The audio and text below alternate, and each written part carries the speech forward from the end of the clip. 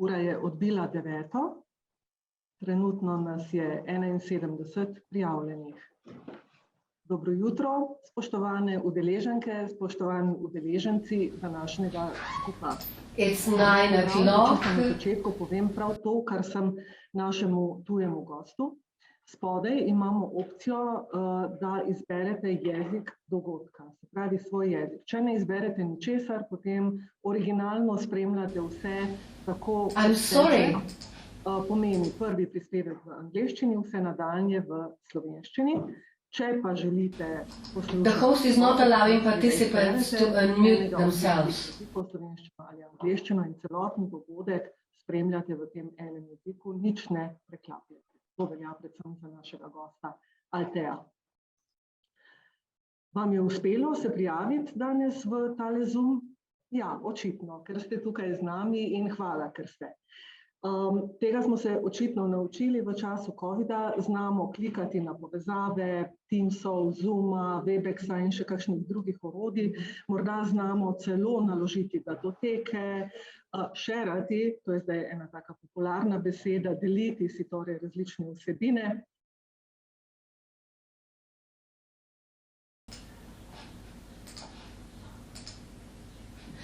Okay, I was not allowed to unmute myself, therefore I'm starting the interpretation right now. Can you hear me now, Mr. Valentini? Ampak verjetno ste me slišali ves čas od začetka. Right. Welcome, good morning. I do apologize for this inconvenience, but probably you've heard me. Let me continue. So we've learned a lot of new skills under the pressure of COVID-19. We were put into a situation where digital skills had to be brought onto a new level. But we only fear that this is only the peak of an iceberg, because this is only the beginning of the digitization, the digitalized society, and these are the dilemmas we will touch upon today. We would all want to know what we need to learn still, how to do that, how to apply technology, why to do it, do we have to do it, or is it optional? And all these issues are of interest to everybody, children and the young people who have been born into this world, but with the modern technology being used for entertainment. And then the middle generation and the elderly population. Can you imagine a community of the elderly? They get up together, do exercise, learn things, read literature. And this is something that is already in practice in Scandinavia. So we are talking about the synergy between human beings, people, and the technology. But before we start with the presentations, with this first section, so in the first part there will be presentations by different experts dealing with various aspects. And then, of course, a discussion. But before we start this, I would kindly remind you to turn on your cameras so that we take a screenshot. This is a European project, and this is within the European Forum on the Future of Adult Education. And the European Community for Adult Learning. Thank you very much for turning on your cameras. Now you can turn them off, or you can keep them on if you wish and if your connection is stable. Mute your mics so that only those speaking can use them and can speak.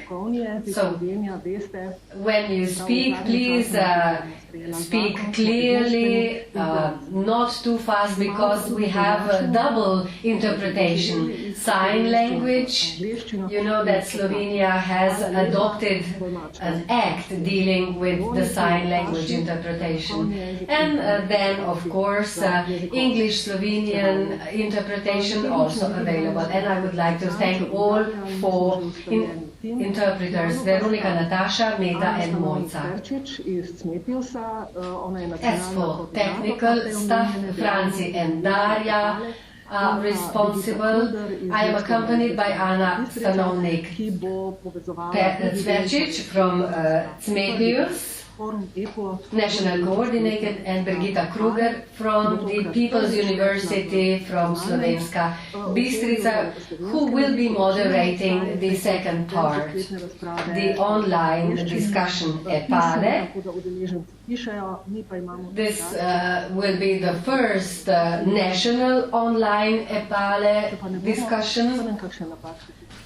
Otherwise, it is in written format, but this is somehow different.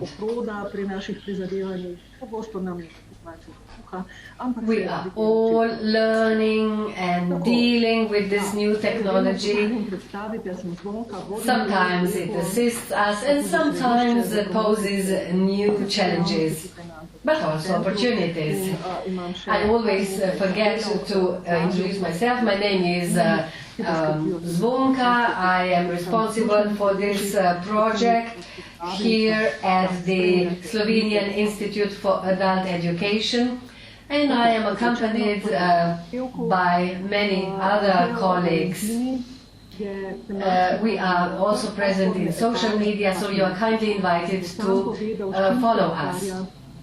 Alteo Valentini is a thematic coordinator of EPALE platform and much more. He will present himself very soon, and the title of his paper is Social Digital Innovation, Matching Digital Transformation with Social Transformative Change. Thanks to the Slovenian Institute for Adult Education and the EPALE national team. I'm really glad to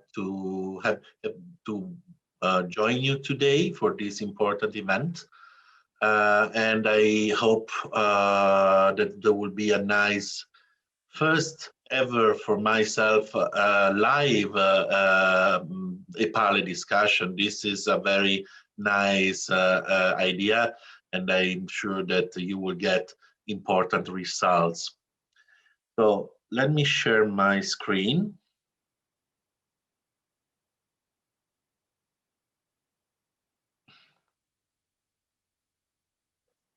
Here it is. As it has been introduced, the topic of my presentation is a territory that has not been really discovered yet, which is the encounter between the digital transformation and how this impactful change on our society can really provoke a transformative change at societal level. I will go through different topics, and if you want, you can join me in an interactive way by using the menti.com website. You can see on the top of the slide the instructions. It's very easy. You can also use your mobile phone if you want to follow the presentation on the screen. And once you go to www.menti.com, then you can enter the code that will stay always available on the top of the screen. First of all, let me say something about myself. My name is Alteo Valentini. I am cooperating with the central support system of EPALE for 2 years now as a thematic coordinator in especially in the field of digital competencies and digital innovation in adult education. But first, I became an EPALE ambassador in Italy 6 years ago. After a very long path that has been always, let's say, characterized by a very strong interest on adult education. I'm a sociologist, and since the very beginning, I actually discovered the opportunities of the former lifelong learning program of the European Commission with several projects on empowerment of elderly people. The first one that I want to mention is Cafe in Europe, which was a multilateral Grundtvig project on civil awareness for elderly in Europe. But then the change of my career towards the digital dimension has been represented by a very important project, Vintage, valorization of innovative technology for aging in Europe, which lasted 3 years, and it was implemented when actually still we were not really speaking about digital transformation yet. Thanks to these experiences, I started my company, which is a training agency called EGINA, European Grants International Academy, focusing mostly on the social impact of digital innovation. The pictures that you see here is probably one of the most important activities we carried out several years ago, and it is still ongoing. It's a workshop between elderly people and young people, exchanging competencies. From one side, the elderly are bringing pictures from family books, family pictures book, and on the other side, you see young people explaining how to digitalize these memories. Well, this was a life-changing experience for me that really allowed me to understand how what we call today basic digital skills can really impact on the not only on the target groups that we are working on, but on the overall society and communities we are participating. This laboratory was really much appreciated by the community of Foligno, which is the city where I live. And it turned in a project which is called Post Memory, that today is still available. And if you ever walk around Foligno, you will be able to see video mapping experiences like the one I'm going to quickly show you with this video, where the most important cultural heritage sites can be explored in augmented reality with history from the past. So how this is changing the community? Well, transferring the values from the elderly generation to the new generation, but also making sure that memories will stay available forever for everyone interested to discover them through also touristic interest or academic studies. This is just an example that I wanted to start it with to move to the main topic of the presentation. Digital skills and digital transformation. Where do we start? Well, first of all, you maybe know the digital Economy and Society Index, which is the main tool and the main source for statistics on digital transformation, elaborated yearly from the European Commission. And on this first chart, you can see how the index is composed. There are 5 main areas: connectivity, human capital, use of internet, integration of digital technologies, and digital public services. And here on this general index, you already see more or less how the European countries stand towards the different areas of interest in the field of digital transformation. I usually here speak a lot when I present in Italy about the urgency from the Italian government to take several and serious steps to improve the situation. Yes, you can see we are very low in the score, while I was glad to discover that Slovenia stands in the average of the European score of the DESI. But let's try to interact a little bit. What about, in your opinion, is the European country with the highest percentage of citizens with at least basic digital skills? Here you can you should now see the question on your screen, and you can, if you want, you can interact by selecting the country that you think has the highest percentage of citizens with at least basic digital skills. I will give you a couple of minutes, 1 minute. We don't have a lot of time, so.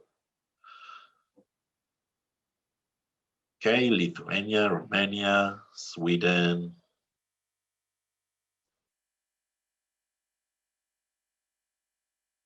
Estonia,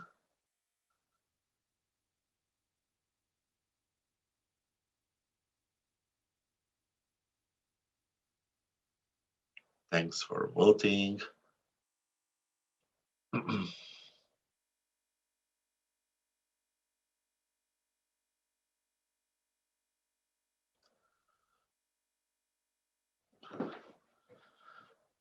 We have 13 votes and a nice representation. Just a couple of seconds more.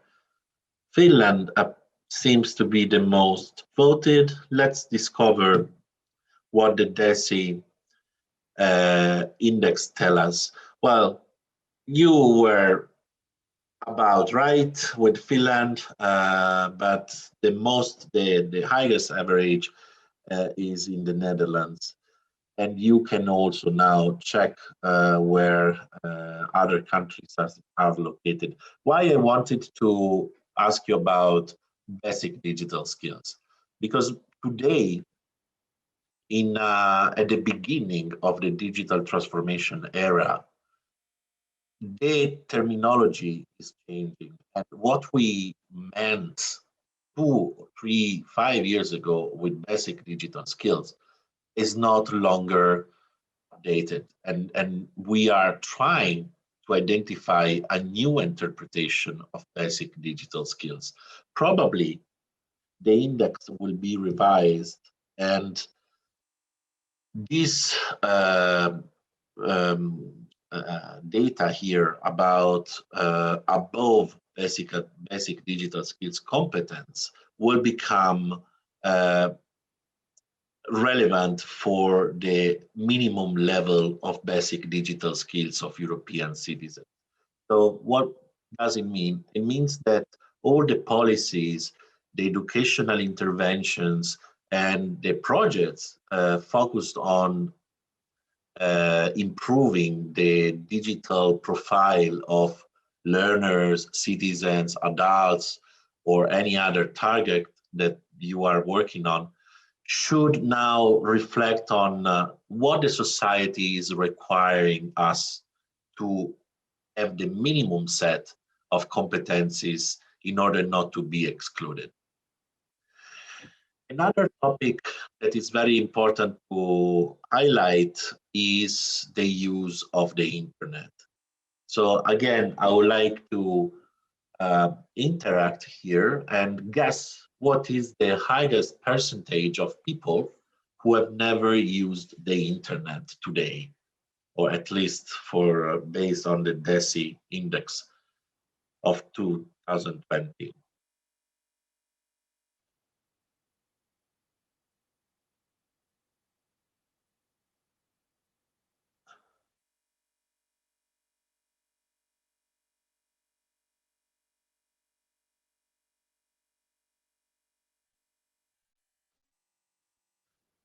$35.3, 24.5, or lower.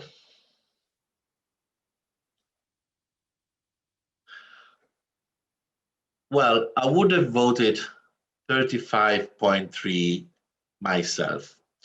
But what we can see from last year's index is that actually this percentage, which was rated 35.3 2 years ago, now decreased of 10 percentage points.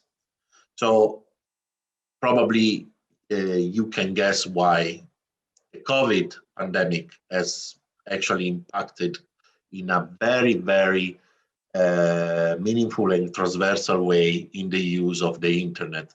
Attention, this doesn't mean that people have the minimum basic digital skills to use the internet though, because it was too fast, it was too, well, without any time to really structure learning interventions in order to make sure that, for example, younger and older generation are aware about cybersecurity and all the threats and risks that you have by surfing the internet.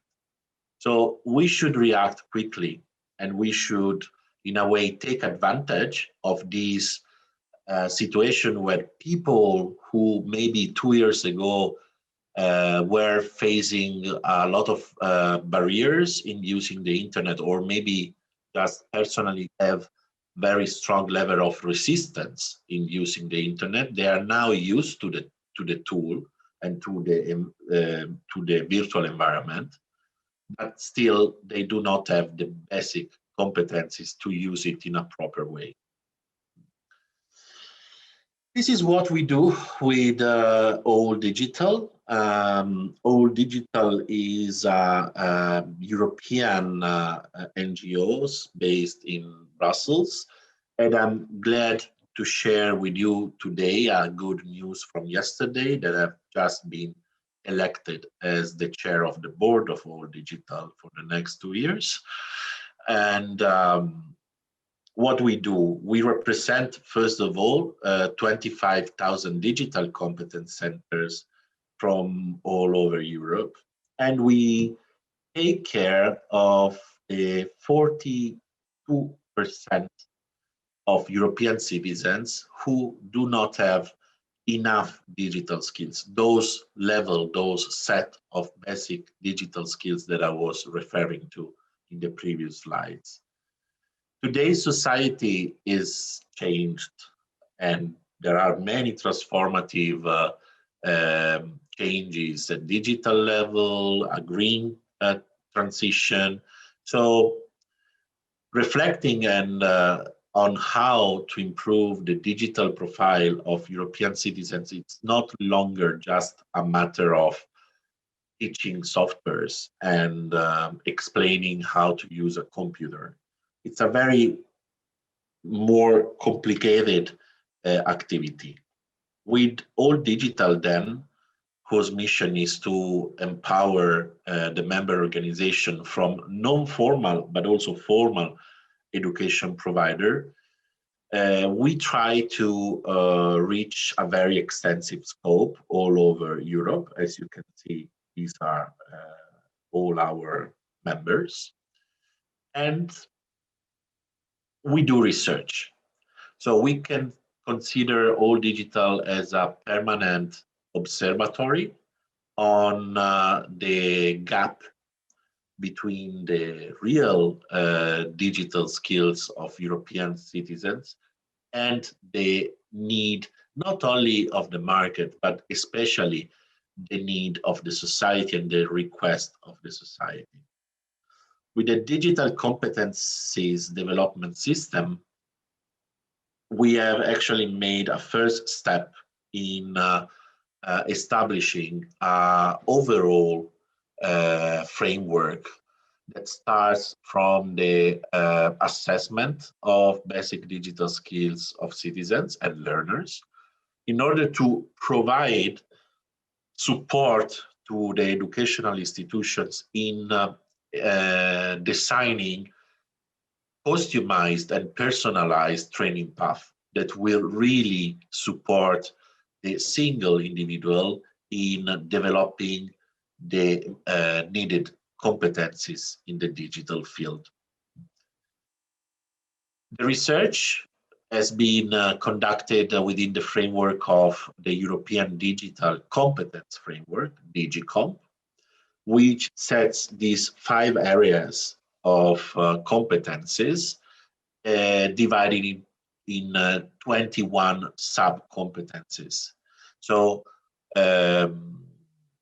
what we wanted to do was to really provide a set of tools and platforms that could be easily transferred in any European country following a European framework.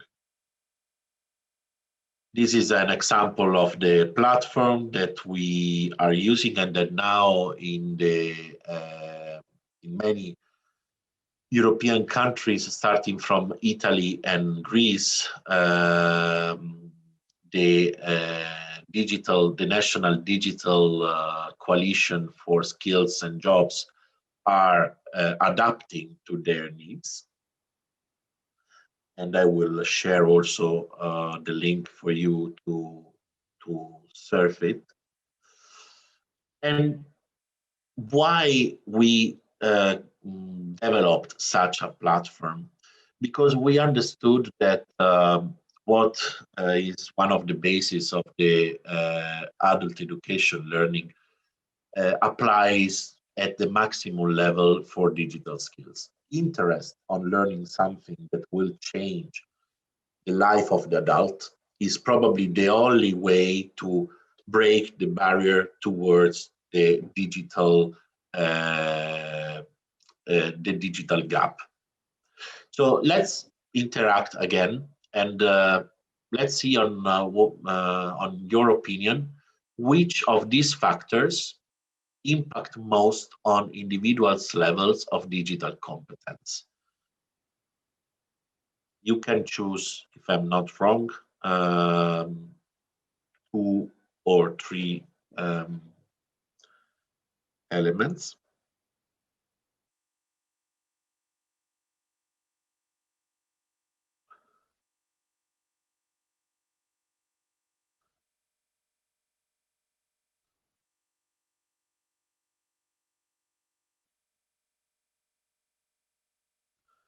Probably there is some problem because I see you are voting, but the results are not shown by the platform.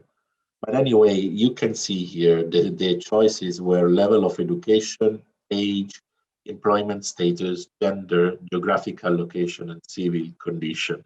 So you know what you have voted. Sorry for this technical problem. Let's see what we found out with our research. Education is the first factor that impact on the level of digital literacy. Of course, low-skilled people, generally speaking, are also those who have less digital competencies. But this is not the only one. And what we explored and understood by actually interviewing millions of users from the 25,000 digital competence centers of our network is that employment, and especially the unemployment personal situation, affect and impact a lot on the level of digital skills. In fact, although one would think that being unemployed today would increase the interest of adult people to increase their digital profile, actually, the feeling is the opposite. If I am even over 40 years old or over 45 years old and I end up being unemployed, then the feeling towards the digital transformation becomes so hard that it will be very difficult to convince people to upgrade their digital profile. Finally, age is another important level and factor to consider, and of course, seniority. It's probably the most easy to understand factor for for low digital skills. But again, here, what came out from the research was that each age has a different level of low digital skills. It's not just about elderly people, but it's also about new generation that are digital born, but at the same time, they grow up without a correct set of digital competencies in many different sectors. So I think I have to speed up a little bit. So I will just go to the results. These are the reasons why people in the countries interested by the research want to improve their digital profile, and we were unique in Italy, as you can see from the other 5 countries, answering sense of inadequacy, so not feeling adequate to the online progress of the society, the digital progress of the society. So finally, and I cannot probably go into the detail of the manifesto, with All Digital, we decided to produce a document that you can see as a reflection on what are the most important actions to be undertaken in order to promote at European level an improvement of the digital skills of the European citizens, but in a sustainable, equal, and forward-looking way. Because acting today, trying just to solve the problem that we studied the day before yesterday, it is useless. If we are all experts here in education, we work in education, most of us, so you know that if you plan any educational activity, you should do it in a forward-looking way, looking at 20, 30 years ahead, not to the results of yesterday. This is what you will find in the manifesto, a set of recommendations and also action points to improve and extend in the educational offering. Of course, if the needs, the personal needs in the digital domain are really individual based, then the only strategy that we can implement is offer many different and flexible learning paths to the adult population. Second, ensuring wider access to training and education pathways, no one excluded. Everyone needs to have the possibility to access education in the digital age, and access, it's not just physical, it's especially in this new domain, virtual, and it means new strategies and new partnerships between education and other sectors. Third, raising the level of quality of pathways, of educational pathways, not giving for granted that proposing a training that answers specific needs, it's already enough. To really ensure quality, what we suggest is first to refer to European reference frameworks and use all the tools possible that will make recognition between different countries easier. Third, contributing to the development of an homogeneous validation system at European level, and with the micro-credential initiative, we think that this will be facilitated, the recognition of digital competences. And I'm going to conclude with the fifth recommendation, which is acting in accordance with principle of sustainable development. What I was saying before. Now digital transformation is not just the digital world. It's digital impacting the ecology, digital impacting the sustainability, and digital impacting at least all the 17 goals of the Agenda of 2030 of the United Nations. So every time we plan an educational path, we should try to think how these competencies could, of course, improve the personal and professional profile of the people attending the course, but also we should also think about the community and how these competencies will improve the community around us. Last slide, if you want to contribute to the discussion that we carry out and the research that we carry out daily on these topics, these many topics, I invite you to join us.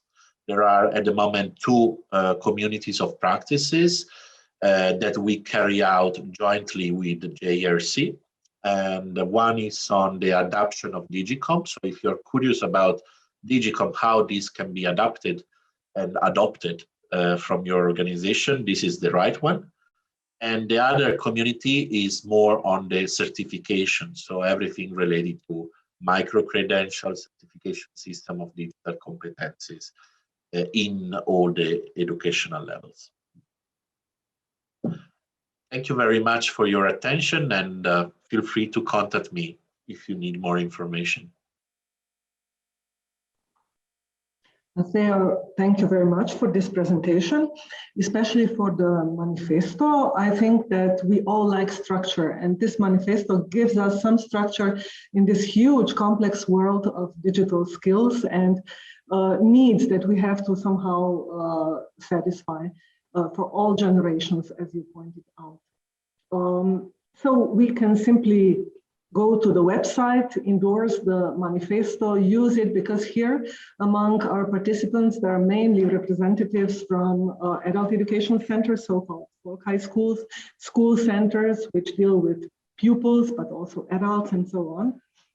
And I think you will get some emails regarding your last slide where we can also contribute. And I hope you really have time to stay with us so that you will see also the two examples from Slovenian practice. We are doing quite a lot as well, and there can be connections made, I'm sure. So thank you. Okay, thank great. Thank you very much. Tako, zdaj bomo pa šli naprej. Mitja, naš gost že na lanskem letnem posvetu za izobraževanje. And now let's continue. Mitja, our guest from the last year conference on the topic of adult learning, and the things that were introduced at that time are everlasting. So what is going on this year, Mitja? Thank you, Zvonka. Can you allow me to share screen? Francie will arrange everything. Good morning, everybody, and welcome for the second time. This presentation does not differ much from the one I gave last year. The title being Artificial Intelligence and the Future of Lifelong Learning. Let me distinguish. I do not intend to tell the fortune. The presentation aims at the provision of overview in the field of artificial intelligence and learning. So what can this bring to us in a very short period of time, not decades? This was obvious during the COVID situation when everybody had to react. Before we talked about distance learning and other trends, but all of a sudden the humanity was forced to embrace these technologies. Let me start with this slide I like showing around. This is the current situation. We are still using the model of education originating in the 17th century. Not much has changed. We have defined the norms, environment, objectives, and somehow we understand that everything that is going on is within the norm and everything else can differ. And the consequence is that we are faced with a number of challenges. Lifelong learning, for example, once we exit the traditional educational system, we are faced with a number of interesting challenges. Learning challenges being the first one. In lifelong learning, as we can observe, also when talking to others, that if you are in industry, for example, this is the necessity and not motivation. And this is a problem because the motivational model also defines the performance of such a model. Then the relevance and validity of the certificate of knowledge. In computer industry, it is like this. A new employee, somebody joining the working environment, is tested to see the knowledge, what the person can do. We do not pay much attention to certificates any longer. So this is what is being changed. And this impacts on the perception of individuals. In this COVID period, what has happened to us is that the working hours extended. We work more. We spend more time working, and the balance between private life and professional life is difficult to be achieved. So that's a lot of stress, and very often when we have to attend a training module, this takes our time up to 3 days, and you have to make it up for the time lost at work then. So this is often perceived as a burden. There are also technical challenges often discussed. A lack of digital competences is one thing, and then difficult access to appropriate learning contents, ICT, infrastructure and tools. What we do is, what we are doing right now is the transfer of the traditional conference online. The previous speaker had some interaction, which is great, but this technology could be used further so that this cooperation is enhanced and promoted. Work and job-related challenges, overburdened at people, being overburdened at work, people being burned out. There is no time to attend training, and this is an important factor. Its significance has been on the increase, and something needs to be done to change this situation. And then challenges related or connected with a teacher, lecturer. If you ask a professor giving lectures in schools or at the university, they will tell you, I'm talking to the screen and I see no response. I cannot run this process the way I would love to, because there is no interaction, and this is problematic. Lack of motivation and guidance. This is also related to the first part, motivation, and this feeling of being isolated. These are the challenges of lifelong learning. Some originate from the previous period and some are new. We are opening the educational system, but keeping objectives which have not been adjusted. Consequences. We can see that the percentage of people engaged in lifelong learning is relatively low. Secondly, the other graph, more to the right, is about the decreasing interest. So if a training course takes more time, it all starts with great enthusiasm, but then this atmosphere drops and many drop out. And this graph at the bottom shows something that is not really dynamic. So these are attendees of our online services. We see how we are unable to capture the right target group. We have those permanent ones coming back again and again.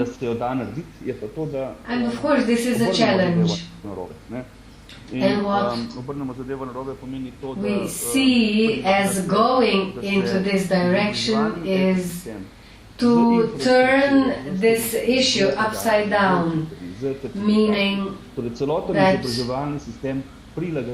that the educational ecosystem with the infrastructure, services, lectures, teachers, certificates, so the whole educational system is being adjusted to an individual rather than pushing an individual into the existing system.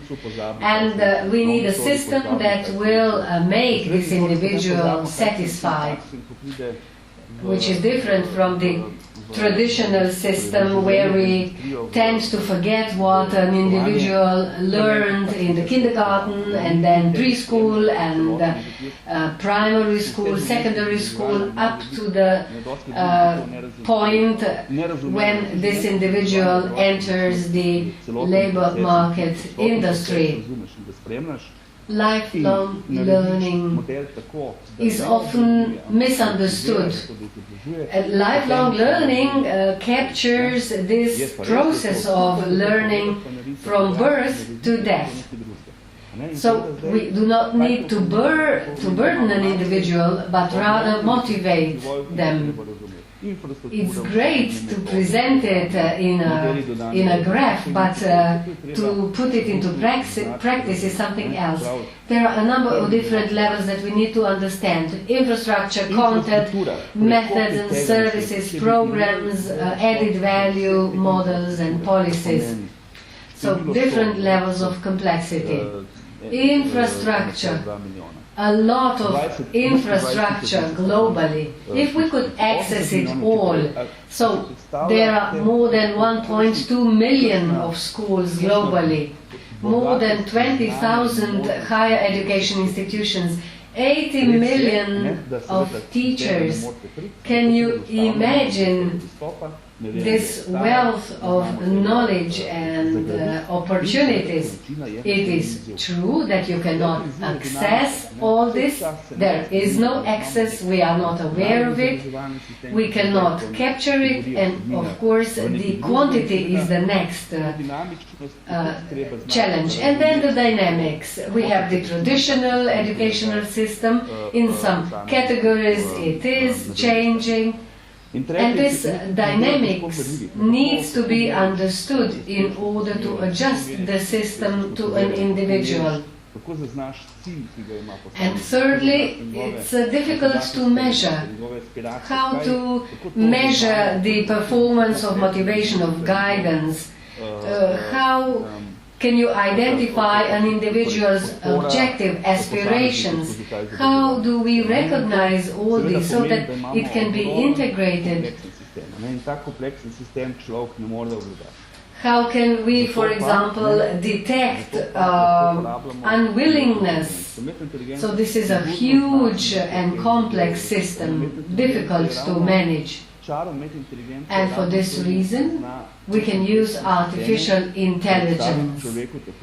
It can solve some of these issues. The magic of this artificial intelligence is that it can present these complex systems so that we can understand it.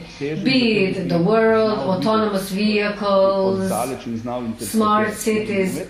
These are all complex systems, too complex and too comprehensive for an individual to be able to interpret them. But artificial intelligence can present it so that a human being can interpret it.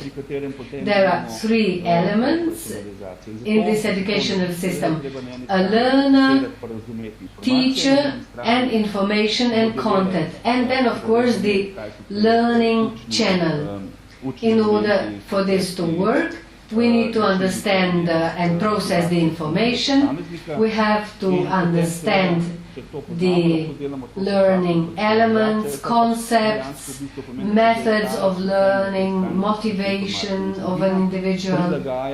And once we are familiar with all that, we can perform the simultaneous personalization. And of course, I'm sure you have come across digital assistants. Maybe you have installed one or two. And the fact is that teacher will never be excluded from this equation, from this circle. Only the function of a teacher will change. But you cannot automate everything, because you will hit the challenges I listed on the first, transparency. Artificial intelligence, what's the definition? For the majority of people, this is a big black box. God forbid touching it, because it can take over the humanity. These are algorithms that can do something that we can't, that people can't do.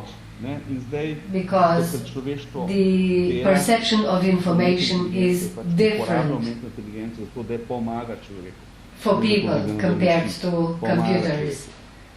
And what the human kind is doing is using artificial intelligence to help us, not to replace us. The artificial intelligence can help us also in our daily lives. How many of you know, well, on your mobile phone you probably have some hundreds of numbers. How many of them can you reproduce, do you know, by heart? No need. This has changed everything. Is our life worse because of that? No. So this technology is helpful. It helps us. And now I will show you what it means helping people in social learning environment. What if? So this is the illustration of the sequence of steps taken by artificial intelligence. So we have images of tools. Below you have the tasks of these tools. It's in English. On the left side we have automatic ingestion, cleaning, fusion. If we are able to automatically capture all data from all the infrastructure, the number of teachers, the number of schools, sources of the internet, if we are able to capture everything independently of the format of the language, if we can capture the information and cleanse it, and then in the second phase the information is used in order to understand the content. And this is what the artificial intelligence does. For example, Google Translate. Any content can be translated into another language, and this tool has been improved gradually and constantly. So if we can structure the data captured and understand the ecosystem, then we can define the learning path. It can be very dynamic. You all have kids at home. Well, one day he wants to be a cook, but then the next day a scientist or an astronaut. And how do we understand this dynamics of wishes regarding education? So this is the career path, the educational path. And if this can be supported by super environment, which we can design, we are there. These are the tools already developed and are saved. So this is something that is not non-existing or subject to research. No, these are fully developed tools already employed at our institute.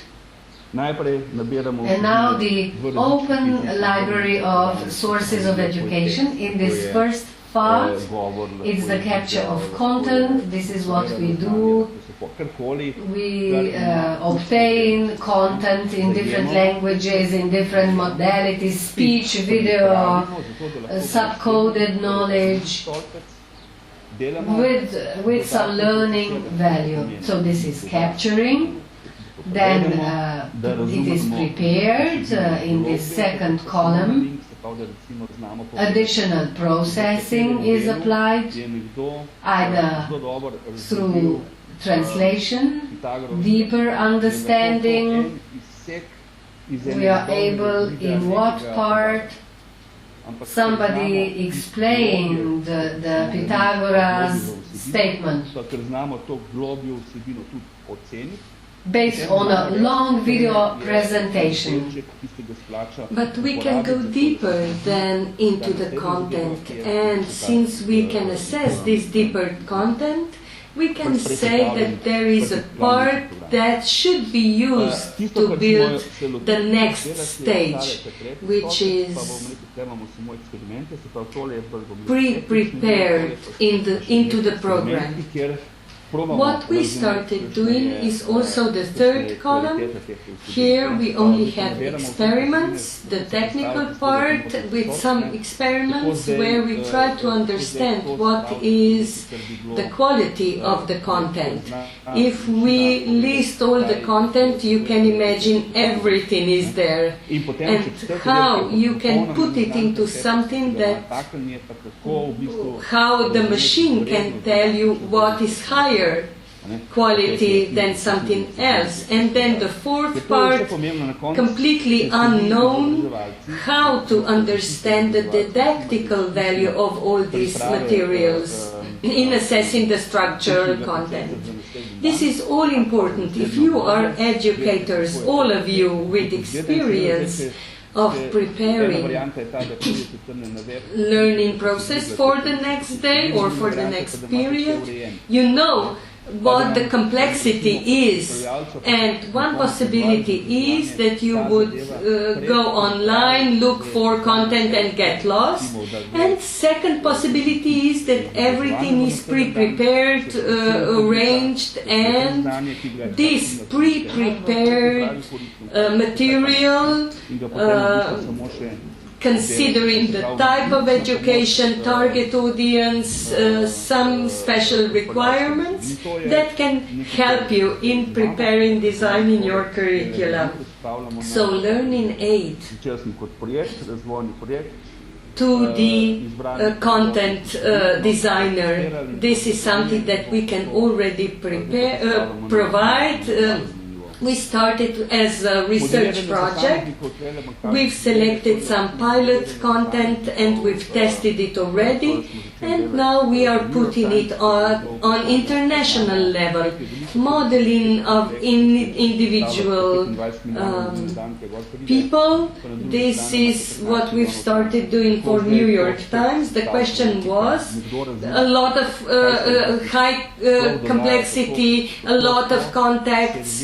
They have 25 million people coming on site with 15 million articles. So how to understand what is going on, how to provide relevant content to people accessing New York Times webpage. And for us, the biggest challenge, or the most interesting challenge, was the most interesting result was the first column here. Can you see my mouse? Yes, moving. The first column on the left, where I believe you have 17 types of people. In education, you don't need to observe the individuals. At the end of the day, we have groups. Not endless number of people, but different groups of types of people considering their learning habits. Why this is important?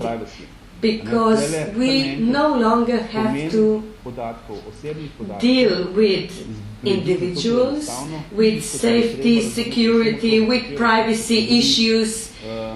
The importance of personal data fades out in this case. What you need to understand is the category that individual falls into, and then you can provide all the supporting activities through the system. This was not an experiment, but this is an ongoing application that provided us a good insight into the process. And this is what we do. We then check deeper levels, what is going on in dynamics of knowledge transfer and development of individuals' skills. This is another presentation of all the data. This is the example. can you use this data and all the data that we have from the employment ads, from well-known standards, can you see the bottom-up structure and the standards of competences? This is something that we've processed with basic categories of individuals. Quite quickly, what you can make is a structural chart of competences and knowledge. And the computers can help you doing that, showing you what today are the competencies that a person should obtain to perform certain job. This is the calculation of competencies, a great example of one of our colleagues. This is the social chart connected to the chart of competencies, and the context, if you wish to understand what is the scope of knowledge about a certain topic. It is what you have to consider, what they are working on, what they have studied, and who they are talking to. If we are working on the same project with a different domain, I will learn from you something. I don't know what or how much I would learn, but definitely I can say, well, my chart defines also knowledge, soft skills that I can acquire through the interaction with some people. This is an example of very specific application. This is ongoing applied application, Slovene science, presented in one system. Automatic generation of learning pathways. This is how you understand the content, how you understand the individual, and this is how you can plan the relevant learning path. This is what we've been doing for quite some time. It is limited in the scope, but still there are some learning content that the learning path with using the computers can work quite well. This is what we've done. This is an important segment, micro-credentials and qualifications. And this was an interesting experiment. Before we performed this, we made this application, we had to use AI as a support and combine existing standard of knowledge. We know that Slovenia has its own standards, UN, EU Commission have their own standards. There is no pure interaction. We are all getting lost in these standards, and what we've done, not to combine and compile all the standards, but we've transferred them. If you have some UNESCO standards, you can transfer it into another standard automatically. Through AI you can do it quite easy and quite well. And at the end it is important, can the countries talk to each other, can we talk to each other, so that all these things can be brought to life. The last things that I will show you, and then I will stop, is something that we call UI assistant, artificial intelligence assistance, AI assistance. This is how it is done. AI learning, focused learning. Focused learning from the internet data, testing what it has learned, and learning from people as well. This is a first example of strong symbiotic relationship. AI needs the knowledge from people, it lacks knowledge from people, and people need support of AI as well. On the other side, this is the example how you as an individual can contribute to this common library, and then Wikipedia is not an AI, it's a record of some information, but AI can understand and know what to ask. It doesn't ask all around randomly, but if they understand what knowledge you have, what competences you have, AI can ask you certain questions. You get focused questionnaire from the AI. Why that is important? If we can show the whole ecosystem and ask whether AI can understand what is the best time for me individually to learn further something more about something new. The 3-day seminar is broken into the series of micro pieces of training that are served to me at the most optimum time for my learning at 6 p.m. after I finish my recreation. I sit down and learn a micro piece of additional knowledge that I might need. These are the technological pieces that we already have here in Slovenia, and we are putting it into an ecosystem that could potentially allow us to cover the whole image. There is one problem of this comprehensive image. The problem is people hold back and keep their knowledge for themselves. We don't want to combine and compile everything that we know, everything that we can contribute, and openly share it with others. That is the main thing. Imagine that today, if we can agree that every person in the world can present an open education source, one page on one topic in a structural way. I put one page into to get 6 billion, 7 billion pages back. Is this a good investment? It's a great investment. Would it pay out? Yes. But why don't we do it? Because we are people. That is why we need AI showing us what we should share and how we could share it, and agree what should be shared. These are some additional information and sources. You can check them out. We are doing our best to put Slovenia on the map with all the centers, AI centers, projects, and it would be great if in Slovenia we could present this to the world and show them how you can do it differently, and this would be great if we could manage to do that in Slovenia. This is how I would wrap up. Thank you.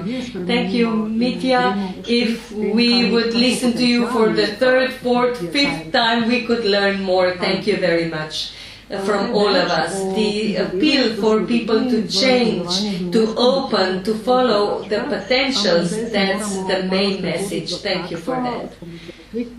Something more about the efforts of Slovenia in cooperation with UNESCO we will learn later on from Gaspar, but now we have to move into practice with music, and I invite Matej to introduce what they are doing in Celje, in the Educational Center of Celje.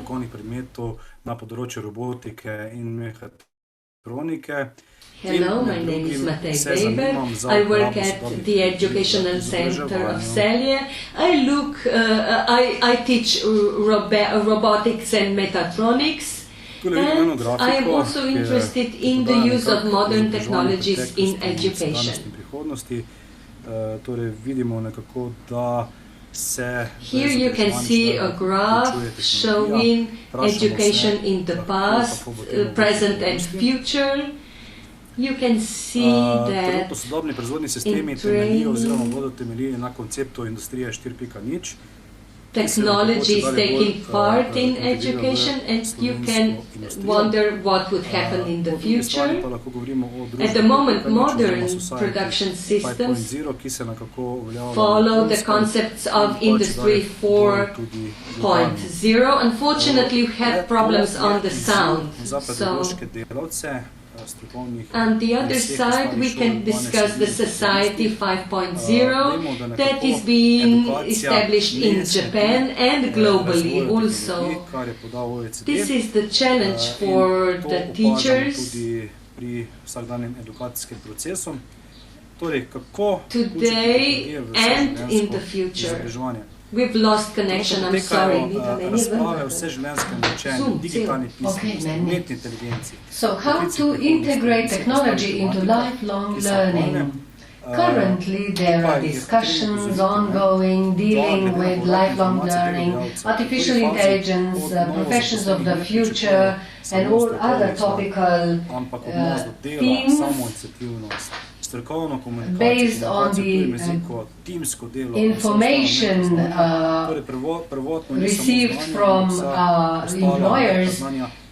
We know that they lack communication in foreign languages, teamwork. It's not only knowledge but also other soft skills which we somehow try to acquire, try to obtain in the learning educational process. I will show you a video clip where I will show you how at our educational center we engage or introduce this technology.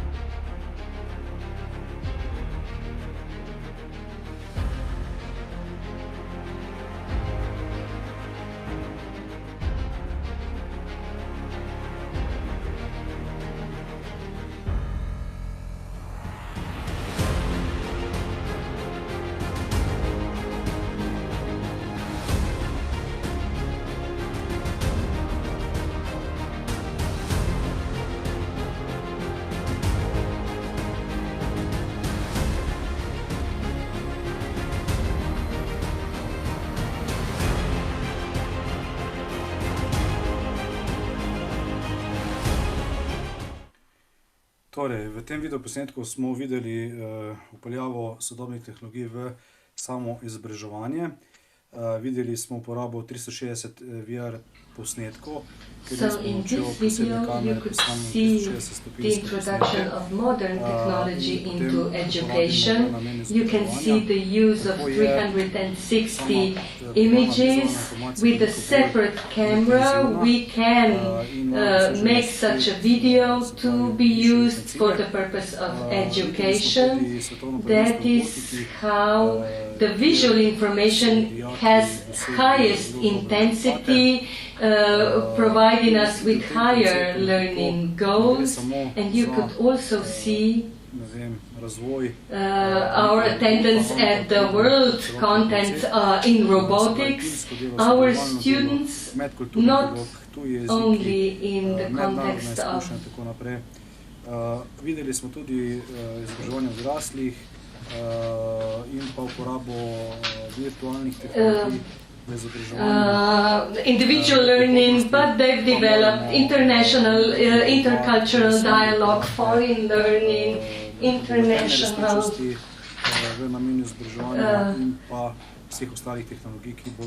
cooperation, and in the future we have to work in the direction of enriched reality in the field of education and other technologies that would occur on the market.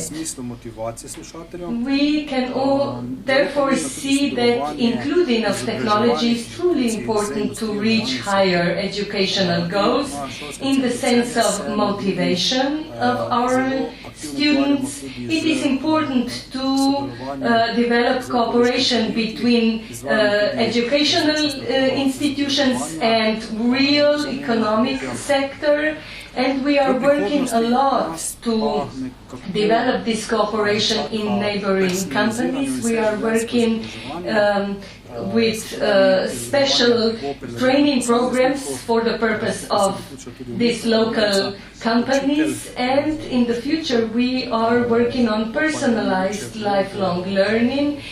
Training will be adapted to individual needs. We would use AI. Teachers, instructors would have the role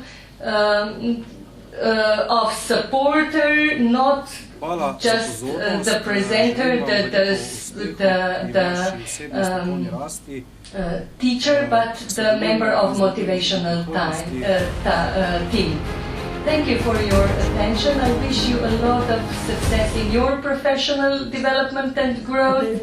Let's work together, let's win in the future as well. Matej, hello, you are with us today. Thank you for your contribution. We have a lot of comments in the chat room, some questions for you as well. We will answer all the questions in the second part. What I was fascinated, there were no bored faces on your videos. They were all highly interested, and I believe such a learning environment is very encouraging. Yes, true.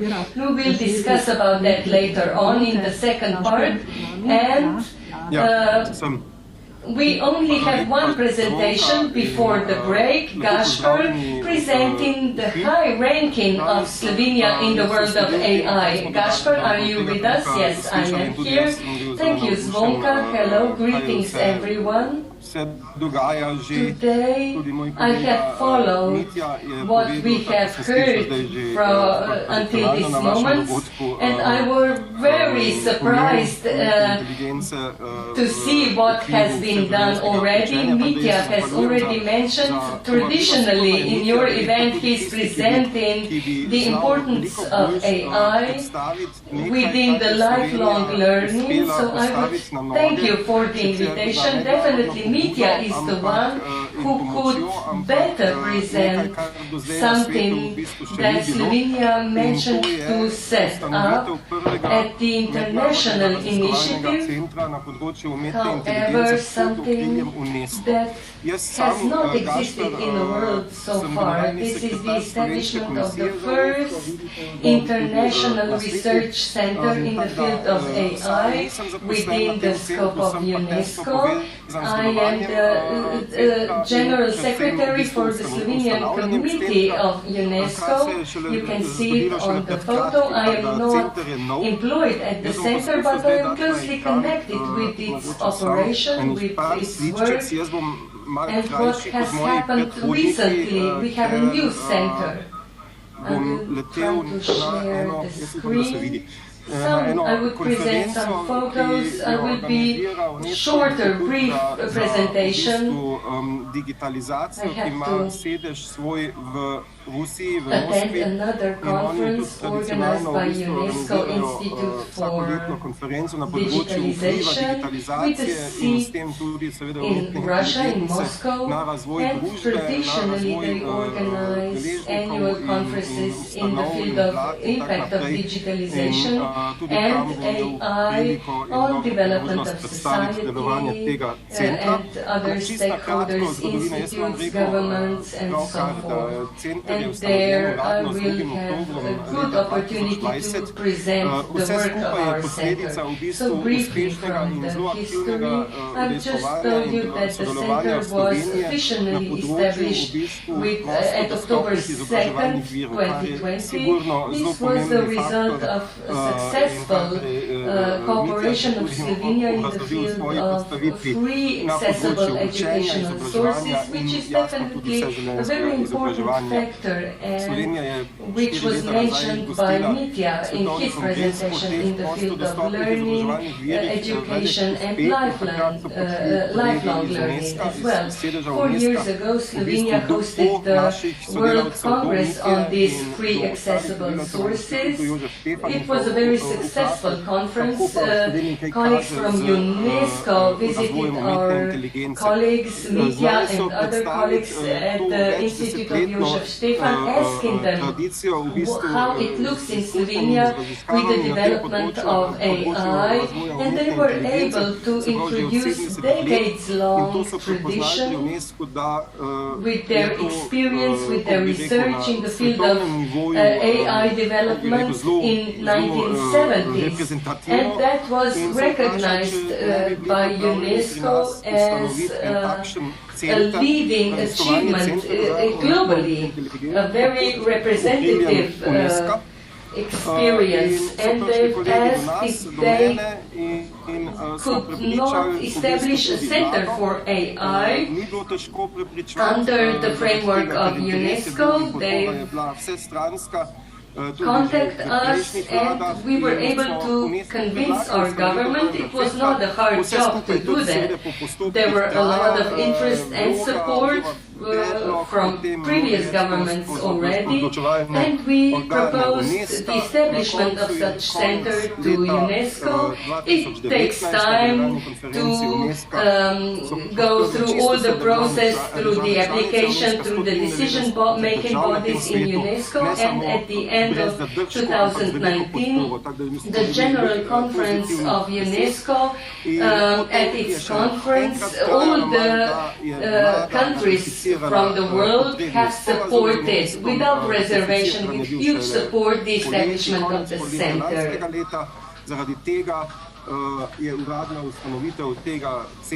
The government ratified the agreement at the end of summer last year. And for this reason, the official establishment was only in December last year. Why Slovenia? The tradition and the history of research and dealing with artificial intelligence goes back to the 70s. The institute, the Jožef Stefan Institute, started to work on this topic, as well as the Faculty of Electrical Engineering and other technical faculties. I'm not sure how many researchers there are. Sometimes they mention the number of 2,000, some 2,000 researchers active in artificial intelligence. As per capita, we are definitely ranked very high. And what is this center about? It's an international global center, not only crosses the borders of Slovenia, but other borders as well, and has been operating globally. This needs to be outlined, so this is not a Slovenian institution, although it is hosted at the Josef Stefan Institute, and this center will provide space and environment where not only researchers are present or technology. Mainly it is seeking solutions in artificial intelligence to attain the United Nations objective of sustainable development. There is a number of experts and stakeholders from all over the world, and there have been 3 or 4 areas of content where activities are performed, from artificial intelligence and its impact on economy, education. And this center will support the attainment of sustainable development objectives. This is the purpose of this organization. Once I finish, I will post a link. We call it EPALE. This is based on the English name, International Research Center for AI. We've received great response from all over the world. We waited a bit for the health situation to improve, and EPALE had its opening event virtually at the end of March. We hoped for the hybrid event. We wanted the Director General of UNESCO to visit us, but it was not feasible. Yet we hope this will be repeated in the future soon. But today I can see that there are almost 100 participants of this conference, and EPALE managed to attract more than 1,000 participants from all over the globe. We were supported, although not in physical terms, the Director General of the UNESCO, 2 ministers of our government joined us, and this opening ceremony provided the stakeholders interested in cooperation with the center a good picture of the existing cooperation. So we received responses from 60 countries with concrete names. These are our contact points in these countries, usually experts from research institutions, universities or ministries, governments. So this is a very good indication of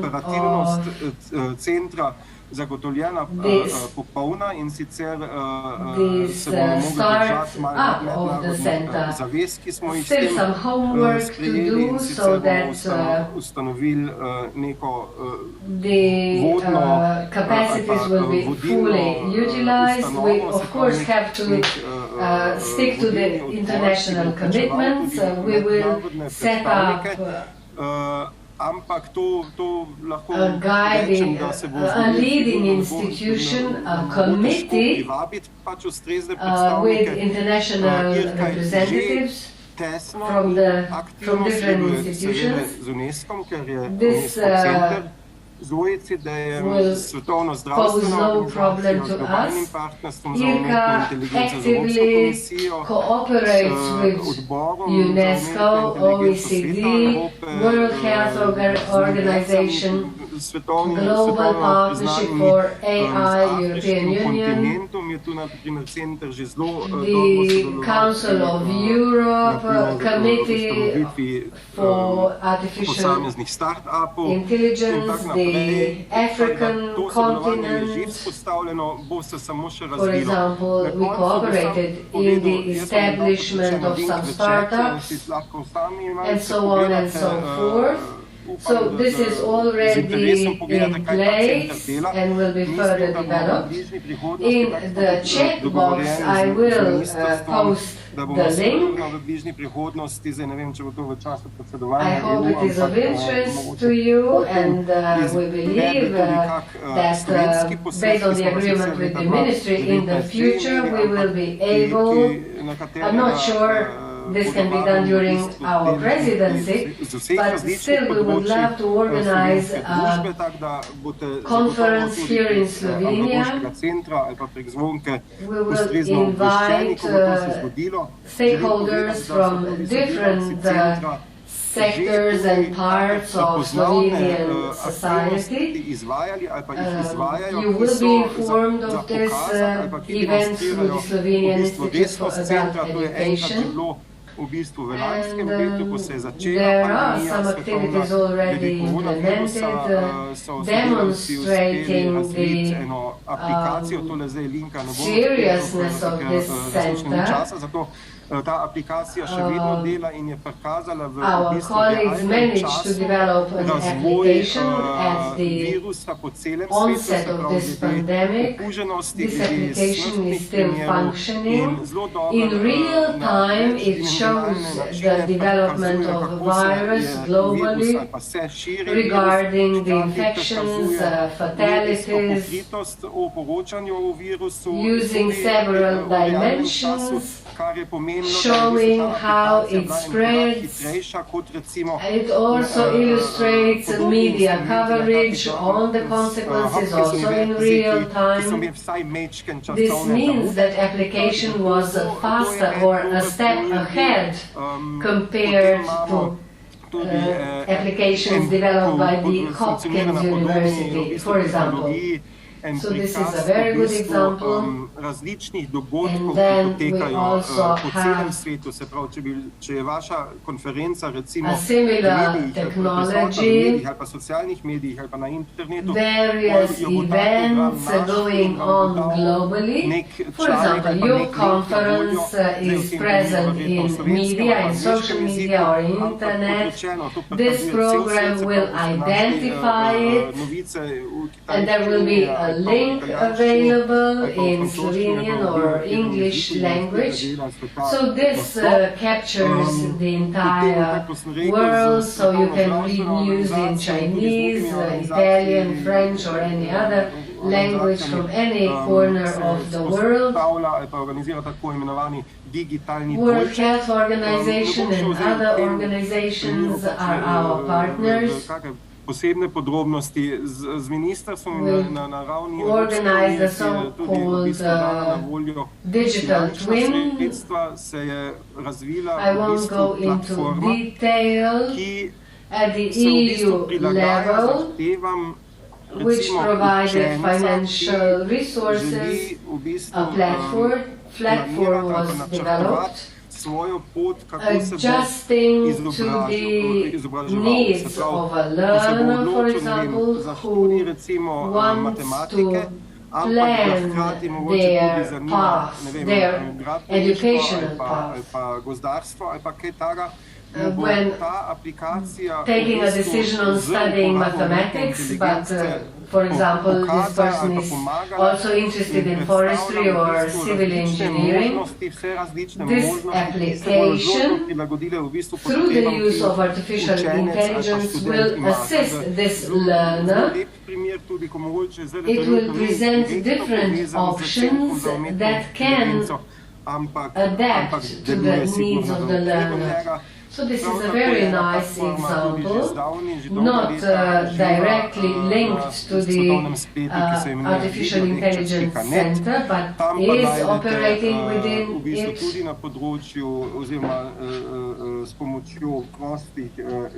We also have videolectures.net available,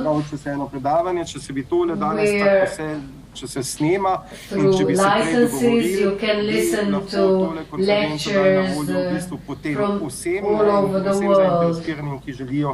If this is recorded based on prior agreement, it could be available to all those interested. More such cases, of course, but I will wrap up saying that the center in principle is being established. It is operational, a lot of good examples to share, cases to share. We feel that this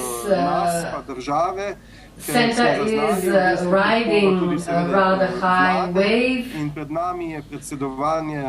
with the assistance of all of us and the state, the government is providing us the support, and our presidency to the European Council is ahead of us, and we managed to present this center very well. We identified the interest on the side of the European Commission, and therefore I am sure that this center will be a story of success, and one of its aims is also to help other regions to found similar thematic regional centers, such as, for example, artificial intelligence in education.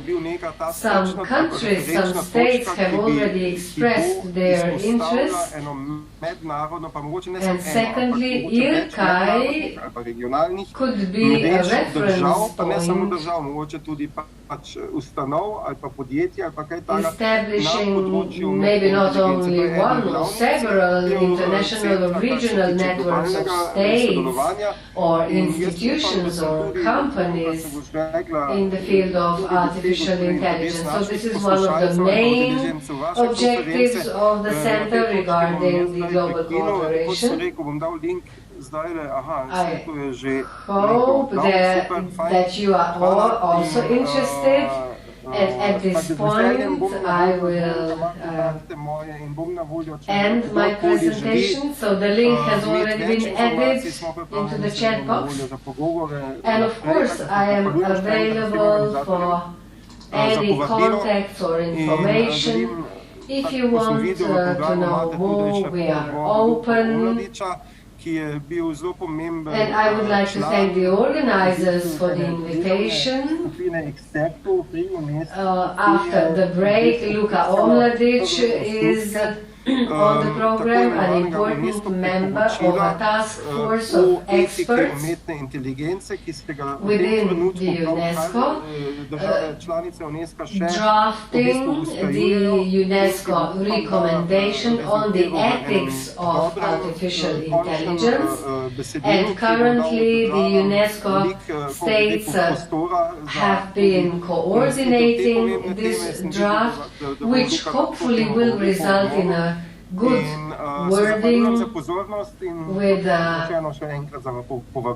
good maneuvering space for discussing this topic. Thank you for your attention and of course for the invitation as well. Hvala. Thank you, Gašper, for setting up everything in this short period of time, given the constraints and obstacles. So the fourth aim is to ensure lifelong learning. Therefore, yes, this center is an important hub. We identified quite a lot of interest in the chat room. Ja, to bo zelo hitro. Hvala. Everybody can contribute to the attainment of this objective. And good luck and enjoy your journey to Russia. Now, we have already used some of the break and still haven't finished the presentations yet. I propose a 10-minute break, and we'll get back and get together at 5 to 11. Thank you and see you soon.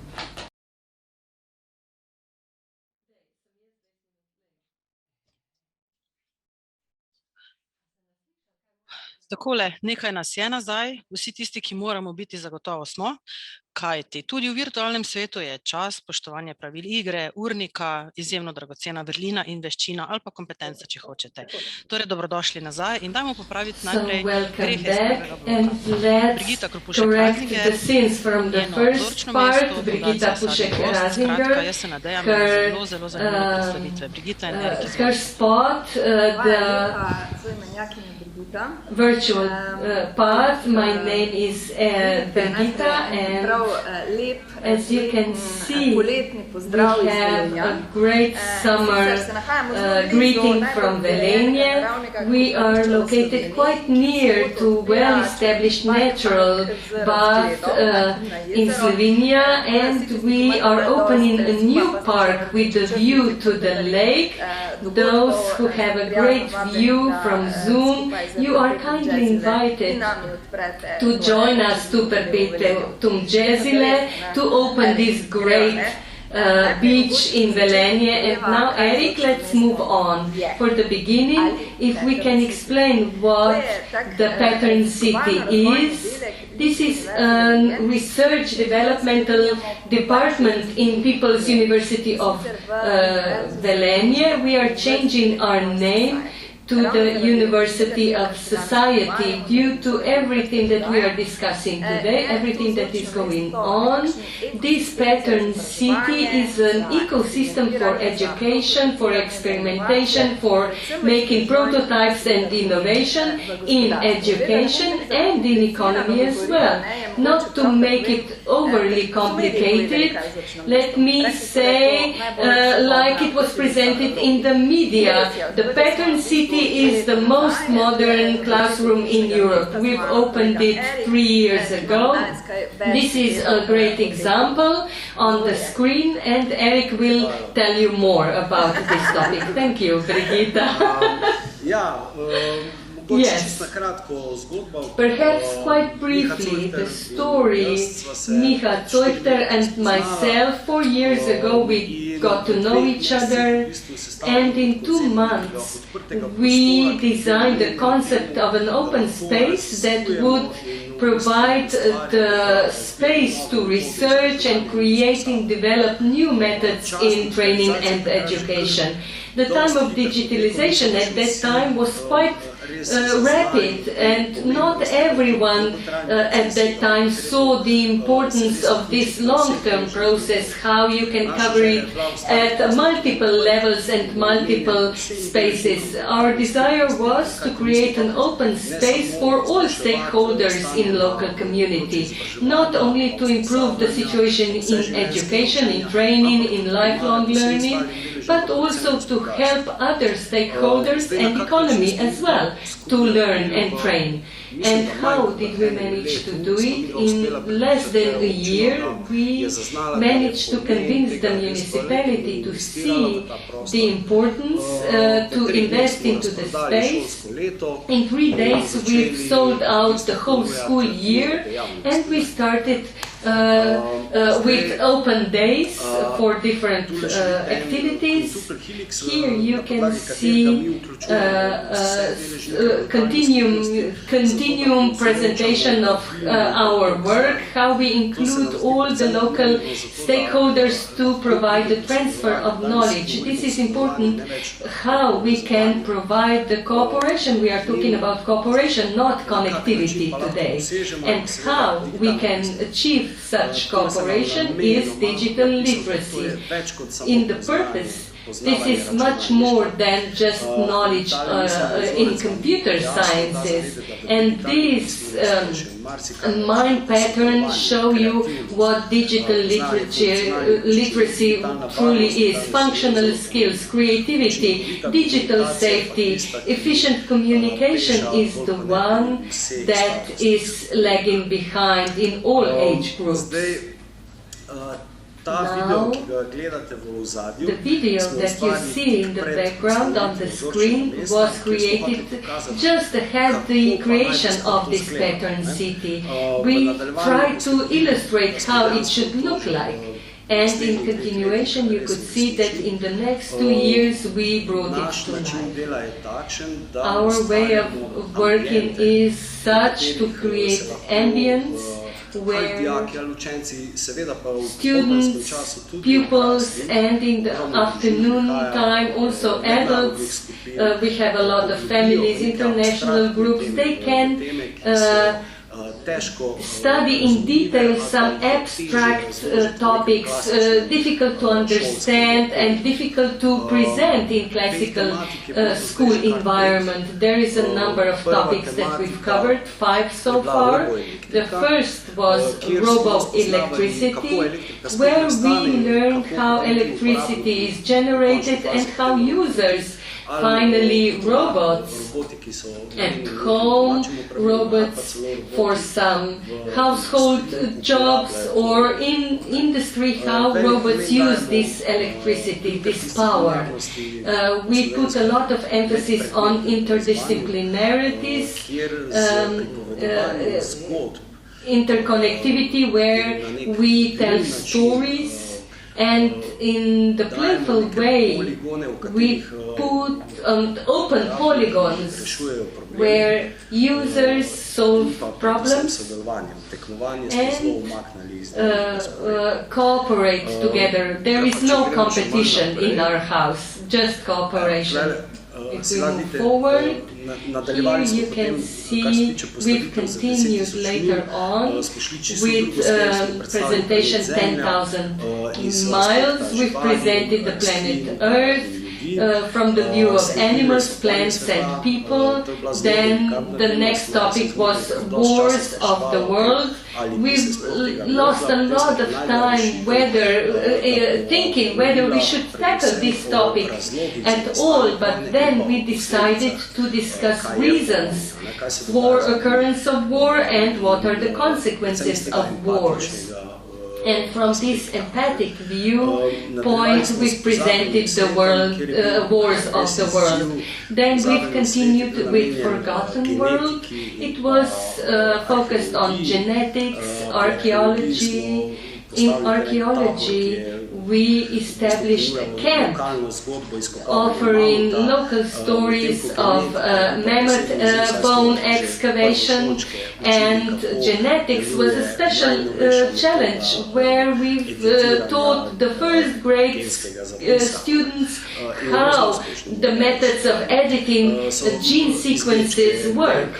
And we've got extracts of DNA from strawberries. We've been cloning mice and designed our own children. And then the last presentation is under construction, showing practical skills and deficitary professions. We've created a model that is presenting all the jobs, all the tasks that children should not do at home. They manage electricity with switches that they connect on their own. They assemble the water tap and so on. They learn to use tools, practical tools and practical skills. We also have to say that all these presentations were visited by over 30,000 children and adults, and we've opened the new methods of testing knowledge through the presentation. Exhibitions were amazing, and we wish to present them in other towns in Slovenia as well. Our main goal is that every region should have a pattern city, and the exhibitions will travel between cities, and we continued as well. Yes, in the previous slide you saw that we are working on projects as well, mainly with the purpose. Once Mika and I before, we've prepared art installations and projects for final users in economy. On the screen at the moment you can see the first serious augmented reality that we've prepared for the use of Chamber of Commerce. And this is how, perhaps, let me put it this way, in the pattern city, a large portion is intended for new technologies. We have a street of virtual reality with over 30,000 adults and children already testing first interaction in virtual reality. They've entered the virtual world and saw how you can use these tools. And some smart spaces, you can see the open exhibition rows in Arboretum. You can visit this presentation prepared together in our collaboration with Kibra, a lion from Maribor. This is a special virtual world telling the story of 4 roses, 2 authentic varieties, Trubar and Prešeren, in Slovenia, and it's a multi-sensory experience. You engage your smell, your touch in experiencing the rose. And we are also working a lot with digitalization of cultural heritage. The first such project was prepared with multiple ministries and Norduk Center in Vitanje, where we set up 360-degree room, interactive room, and covers the whole curriculum connected to space, everything that is taught in primary and secondary school about space, and through interactive games you can learn through this path.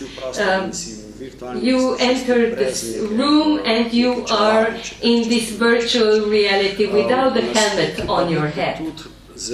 And here you can see a very interesting project called Job Avatar.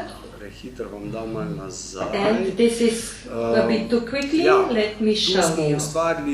Here we've created in the virtual reality 4 simulations of professions, 2 jobs of the future and 2 professions that are considered in demand,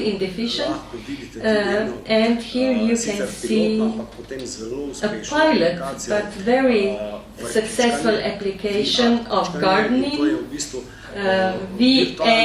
VR, virtual gardening, the virtual experience how you can work in your garden for a year. This was the project of intergenerational cooperation. The app was intended for children and for adults and for people who already stay in elderly homes. And we had huge response, excellent response. Sometimes we hardly managed to escape these institutions because people wanted to work in their gardens endlessly. And the second such pillar, Miha calls it the pillar, is economy. We have well-established cooperation with economy, with companies in great projects. Let me mention that we are working a lot with Chamber of Commerce in developing our competences. We are members of two CEDIPs, ACS and MACPRO. With the automotive cluster, we took part in development of their XR laboratory, and then BSH, SCASA. These are companies that we work in specific projects with them, and strategic cooperation as well. And at the end, we have two recent acquisitions. EON Reality is online platform. Today we could organize this meeting in virtual reality, not on Zoom, but on EON platform. Each one of us could join this common room and talk to each other, present everything through digital twins or some avatars. And the last, if we want to mention, this is the biggest portal of educational content in the world. Americans have established it, and for everyone who wants to enter, get the license and learn new methods, Eric is the person, the right contact person for people who are truly interested in the future. Yes, if I may add something. EON platform was acquired based on international tender where we competed globally, and we've acquired 20 million investment of this US company, and we are establishing this center in Gorinje. And recently we will see how you can access some demonstrations and then some short courses, how we can teach you to use this technology. And the last is Pattern City. We have 2 years license to organize the national championship in robotics. That is the qualifying championship for the World Championship. This year's national championship was organized live, not online, in Velenje in the beginning of October, but you will get the exact dates later on. So let us tell you that the world of digitalization is intended for people, not for digitalization, and this is the world of the future. We wish it or not. But if today I had to wash my laundry by hand, or if we have to talk about some machines live in person, but the digitalization is moving us forward. In Saturday, we see you at the beach in Velenje. Thank you both. You are great inspiration, great role model, and great pattern that we wish to increase. And this is a great starting point for the future. Digitalization is something that we cannot avoid today or in the future, but undoubtedly this is the service of the society. We should use it. And some of the questions, I believe, will be opened by our next presenter, Luka Omladic. He has 30 minutes, but I believe he could use much more. He is one of Slovenian intellectuals that are not afraid of presenting their own opinion, speaking openly. We can learn about him. He is a philosopher, currently working in his own Institute for Applied Ethics in Ljubljana, researcher, teacher, presenter. Let me give the floor to him with interesting presentation. Luka, please. Najlepša hvala. Thank you very much. To je delo od doma, ne, kako bi se reklo. This is homeworking or teleworking. Lahko morda mi bo uspelo zdaj share screen narediti. I hope I can share my screen with you. Če pa telem na vrat ali pa ne bi imel. Dela, ne? It is working, yes. Ta Brigitte je pa zafintati. Torej, Malenkost me je napovedal že Gašper Hrstel. I have already been introduced by Gašper a little bit. Jaz sem before. v izobrazbi, sem filozof, specifično se I am ukvarjam a z philosopher, specifically dealing praktično filozofijo, with to the pomeni so-called področja practical filozofije, ki philosophy, segajo v politično the fields filozofijo, of philosophy, uporabno aplikativno filozofijo, spreading into okoljsko political, bioetiko, applied etiko tehnologije. philosophy, ethics of V technology, zadnjem času sem and bil recently I have been quite active in some relatively iz področja important projects in etike znanosti in tehnologije. ethics in science and technology. Pri UNESCO I Svetovne have komisije been za etiko znanosti in a member of the znotraj katere Global smo, Technology Committee within poročila, UNESCO. We drafted a number of reports. ekspertize strokovne iz tega področja, professional documents te UNESCO-ve inštitucije. Sam sem bil koordinator in poročevalec. I was a coordinator within this organization, this committee, COMEST is the abbreviation. As Gašper mentioned, I took part in this long process poskusa začrtanja nekega trying globalnega to inštrumenta etike define umetne the inteligence global znotraj sistema instrument Združenih narodov, on ki the se je začel ethics of z našo artificial ekspertno intelligence. skupino in se zdaj zaključuje This z started with our expert group and is now mednarodnimi being usklajevanji. completed by international intergovernmental coordination. Seveda, However, vedno bom na voljo z veseljem o I will vseh always be open to provide concrete documents and speak about them tem želel poslušati. if Danes sem se pa you vendarle are odločil, interested. da bi And today storil I decided korak to nazaj. take Namreč a step korak backwards, nazaj, ki vam mogoče lahko nekoliko namely svetli, bi rekel, to drobove, shed light kako of ti the etični inštrumenti, intestines recimo, of ne, these deklaracija o ethical etiki instruments, umetne such inteligence as the nastajajo. Declaration on the Ethics of Ozadje, Artificial seveda, Intelligence and how these pri teh documents etičnih, are developed. študijah The nastopajo studies eksperti of številnih ethics, različnih pol, ne, od inženirjev, involve pravnikov, different do experts, filozofov. engineers, lawyers, Z moje strani pa philosophers, bi, ne, bi rekel, osvetlil and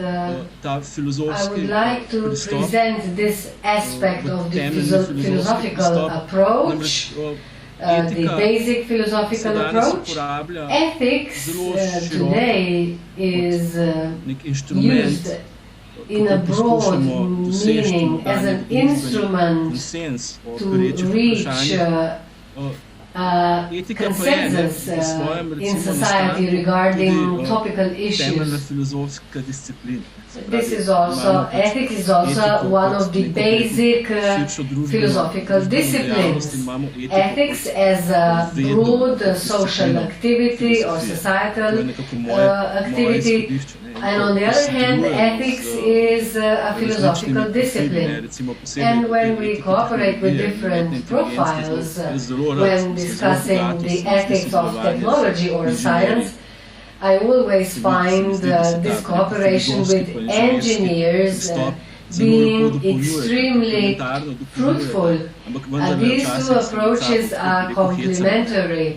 Rečemo, And inženirji sometimes we also so tisti, make ki bi jokes, radi naredili saying vse, kar se engineers da are narediti. those who want to do everything possible, and philosophers, those dealing with ethics, we say morda ne smemo narediti. maybe it's not right, or maybe we shouldn't do everything that is possible. Engineers do it and then see whether it functions or not.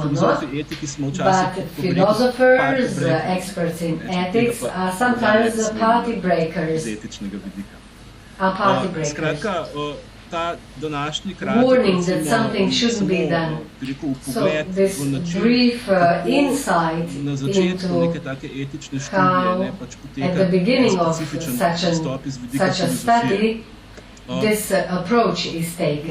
Moje izhodišče, ker seveda tudi filozofskih in My etičnih starting izhodišč je veliko, point moje izhodišče bo is, because there are several possible, an assumption or a belief that technology constitutes a kind of mediation between us and the world. neko bistveno vlogo posredništva. So, Pa medijaciji. the technology has a role of a Ena mediator. izmed takšnih podob, ki meni vedno tako bi rekel, pride v spomin And za one of the demonstrirati images that comes to my mind when I have to illustrate this role of technology.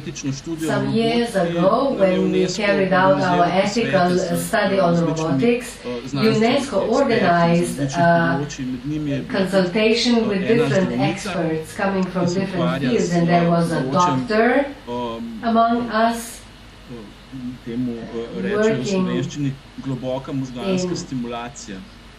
deep brain stimulation. Gre za to, da za zdravljenje, za blaženje simptomov določenih bolezni, mitigating the symptoms of some diseases, Parkinson's disease, for example, in very severe stages. You can see electrodes and then electric stimulation of certain parts of the brain in order to obtain, to ease this condition, to mitigate the symptoms. And this doctor, medical doctor, went on explaining, it was new to me, it was a story about her patient with this deep brain stimulation. The treatment followed the regular path, but one evening when she was back home, she was called on the phone. On the other side there was the patient who started to tell her about his love for her. So he completely fell in love with the doctor. She knew what it was all about. One of the side effects, recognized side effects of this stimulation is also, can also be love. And when the next day the patient came, the voltage was changed and love was somehow gone. Ampak je pa zanimivo iz vidika, da gre dejansko za neko posredovanje. It's interesting. This is a kind of mediation, also in the field of intimacy. So this was somehow transferred with the technology. If we take another step backwards, philosophy considered technology long, long ago, right at the beginning. It considered technology as a tool, because technology is something applied, and people see it as a tool. Aristotle was a philosopher, one of the first ones to write about the problem of technology. And this was an attempt to classify knowledge and technology. So he says that tools can be classified based on 4 criteria. We have tools that require the power of somebody who wants to use it, such as an axe. Then tools with their own power, such as an ox, the animal. klasifikacije orodja. Another parameter of the classification would be that some tools are non-speaking, numb, and then, on the other hand, we have speaking tools. What are the speaking tools using their own power?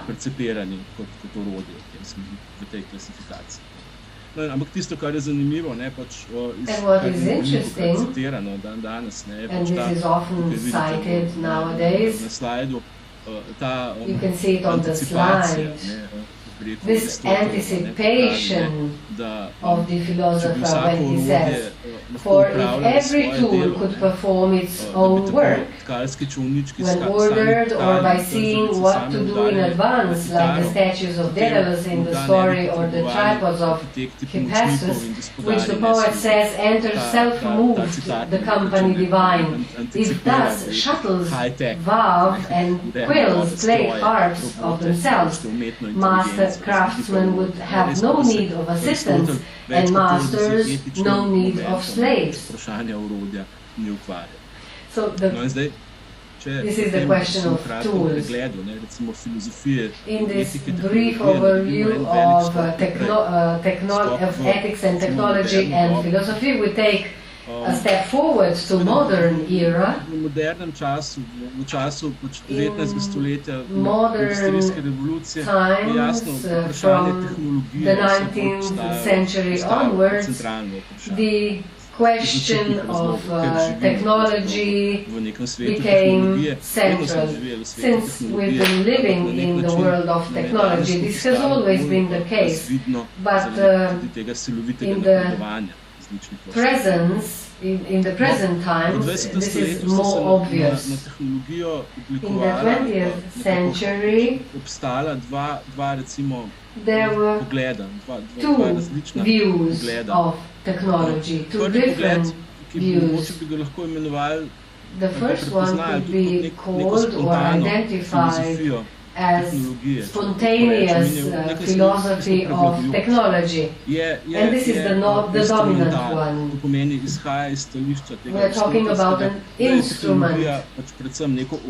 Technology is a tool that a man can use, more or less sophisticated, autonomous, smart, but still a tool a man uses.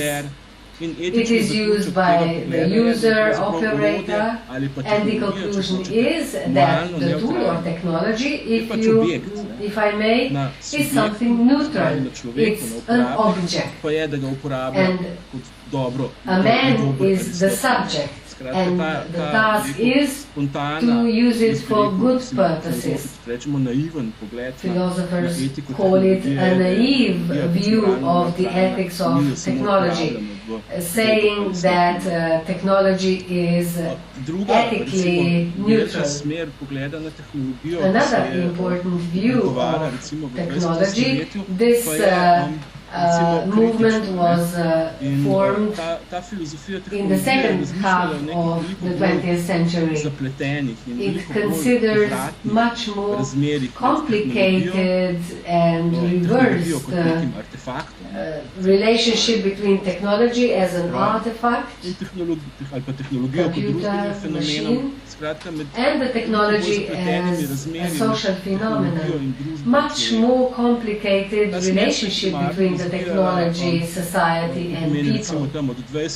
This was developed from the 20s to the 50s as criticism of technology. It was based on the fear of the merging of technology and culture. It tried to protect the humanity from the strong impact of technology. Philosophers such as Jaspers or Heidegger identified or recognized this situation in which people have become parts of the machine, wheels, and we have a certain function to perform within a machine for mass production. tekoči trak, ki je pravzaprav delavec za tekočim such trakom, as the assembly line, tega stroja, ki a proizvaja. worker In v tem working smislu beside Heidegger is part of it. And Heidegger said the technology significantly changes the perspective of reality. Reality is seen as the source of raw materials and the power of will. This very critical movement analyzed this view of technology, and these were philosophers, engineers. Heidegger didn't have much contact with real technology. He had a hut in the forest where he meditated, and the analysis of concrete technology somehow got into a standstill. So, and this was a point then where philosophers tried to obtain deep understanding, a much deeper understanding, and preserved this critical perspective instead of instrumental, believing that technology is only a tool. One of the turning points as a result of huge progress in technology was this, and it was most strongly reflected in biomedicine. Bioethics was one of the first modern disciplines of the ethics of modern technology. Tukaj sem dal pač nek citat nizozemskega filozofa. This is a quotation of Dutch philosopher Peter Paul Verbeek, summarizing the view I also stem from. It's not naive in this understanding of technology, but recognizes the importance of the analysis of technologies. People are technological creatures, and technologies are at the same time social entities, and this is maybe the major message of my paper, which I still need to take forward and give more precise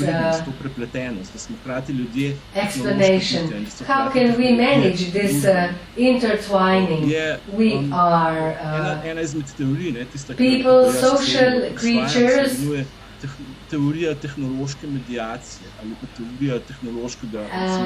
I believe this is the so-called theory of technological mediation. This theory, which is a modern Dutch school of ethics in technology, with its references in famous philosophers such as Bruno Latour, French-American John Ive, Michel Foucault, a bit older generation. Let me explain to those who are not familiar with these names. This mediation between the man and the world performed through technology has three layers, three dimensions. Technological mediation of experience. Let me demonstrate how technology mediates. For example, my glasses. These glasses really are a strong mediator between me and the world, because my eyesight is poor.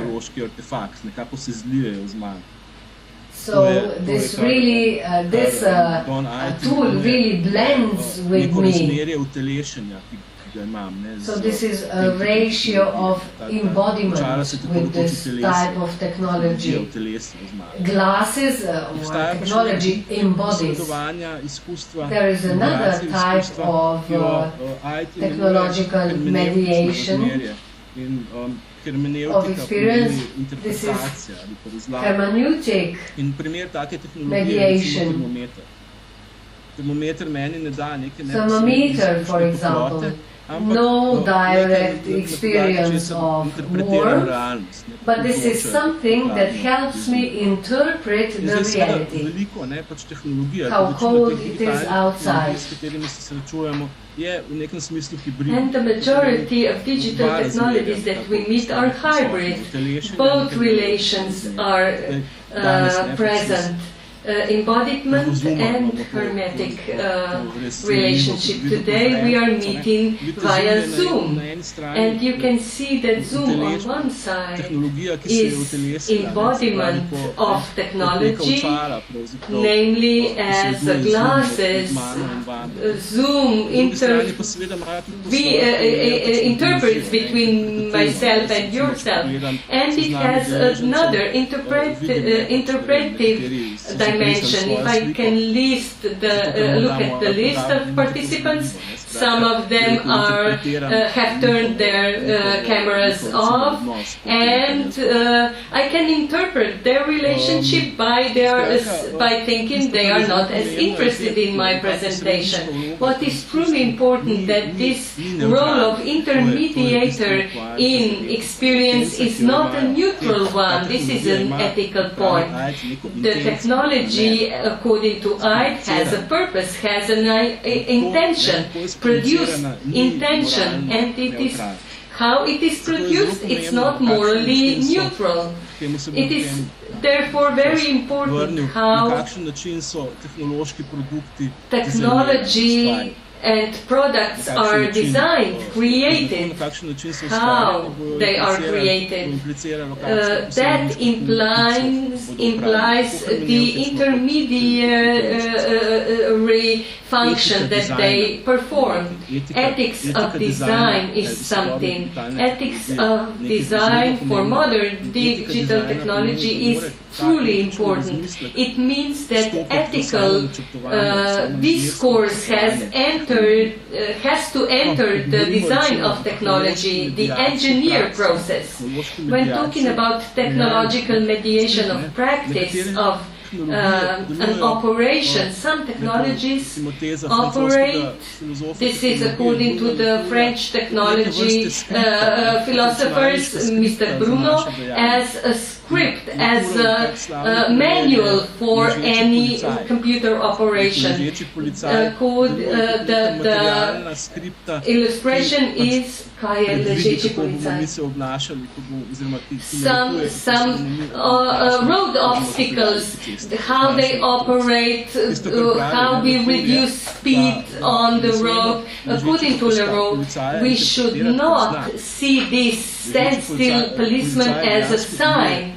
It operates in the way of material guideline, non-linguistically guiding our practice, our operations.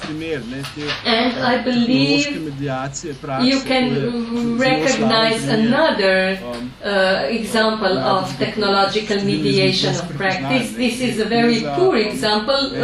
Number of you can recognize it. It was mentioned in 1980s in well-known article of Landgon Wiener with the title "Do Artifacts Have Quality?" and politics. And the example analyzed was an old image of a road leading from New York to Long Island, to the beaches, where New Yorkers went swimming, sunbathing, and this road was covered with bridges, overpasses.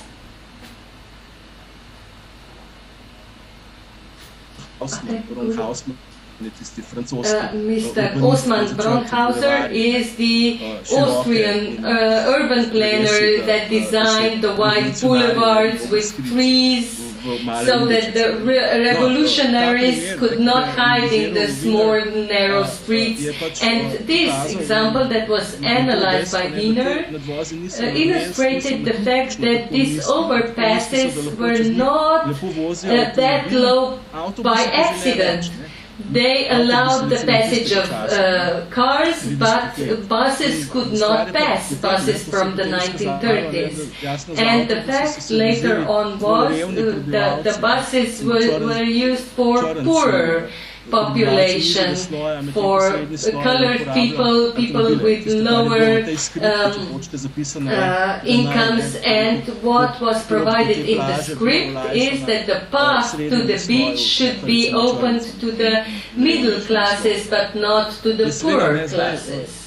And of course, here you quickly can understand how this can be realized in the modern digital technologies, how these examples entered the modern technology. The best known example from AI, in technologies of AI, oftentimes we discuss when we perform ethical analysis, the so-called nudging. Nudging meaning that you are pushed into something, not forced, but nudged into something. And a number of applications use these nudging algorithms, algorithms of nudging people, encouraging users into certain actions, into certain choices, certain selections, by choosing certain music pieces or content on the news platforms and so on. And we saw that AI algorithms are very versed in nudging.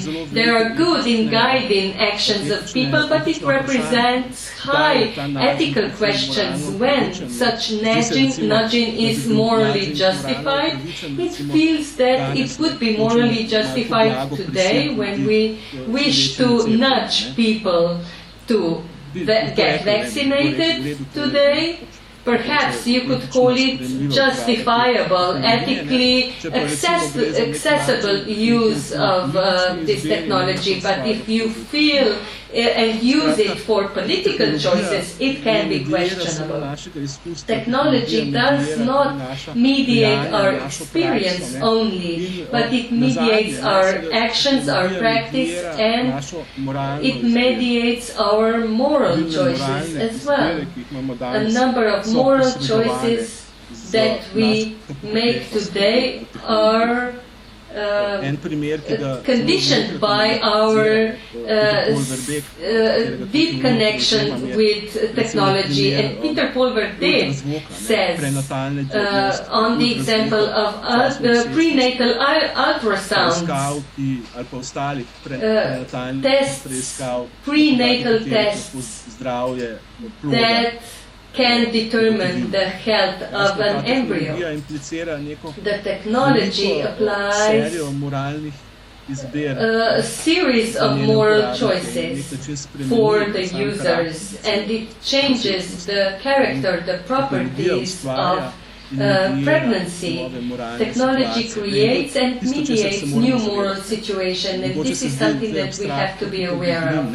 It seems abstract now when I talk about that, but sometimes I have mild disagreements with my colleagues engineers who say there is not a problem. These are life situations. We just have to be careful to use the technology in the good way. This is not the whole issue. We have to know that any technology, from an X to the glasses to AI, actually creates new moral situations, new moral conditions, and we have to be aware of it when we design it. It's not just a tool that we use it for the good or bad purpose. It is important to be aware of that. It's not a neutral tool. Technology is creating new moral circumstances. And to wrap up, the consequences of these technological moral mediations, we have to, in a way, understand this relationship between technology and people as a hybrid relationship. Today, ethics of technology work in a more complex relationship, person as an active part and technology as an objective part. We could say that technology has a special inherent moral character. It is becoming, let me say, moral in a way. It's not just people with the morals, but technology entails and is moral, not like in science fiction when we wonder about intelligent robots that would have consciousness and personality. That is science fiction, but oftentimes ki so neme, kot bi rekel Aristotel, ali pa govoreče, kot so že danes kakšni algoritmi. If there are some additional algorithms with their moral properties. And perhaps the last things that I might mention, not to be too long, is something that in ethics of technology and philosophy of technology we call moral dynamism, dynamism of moral values.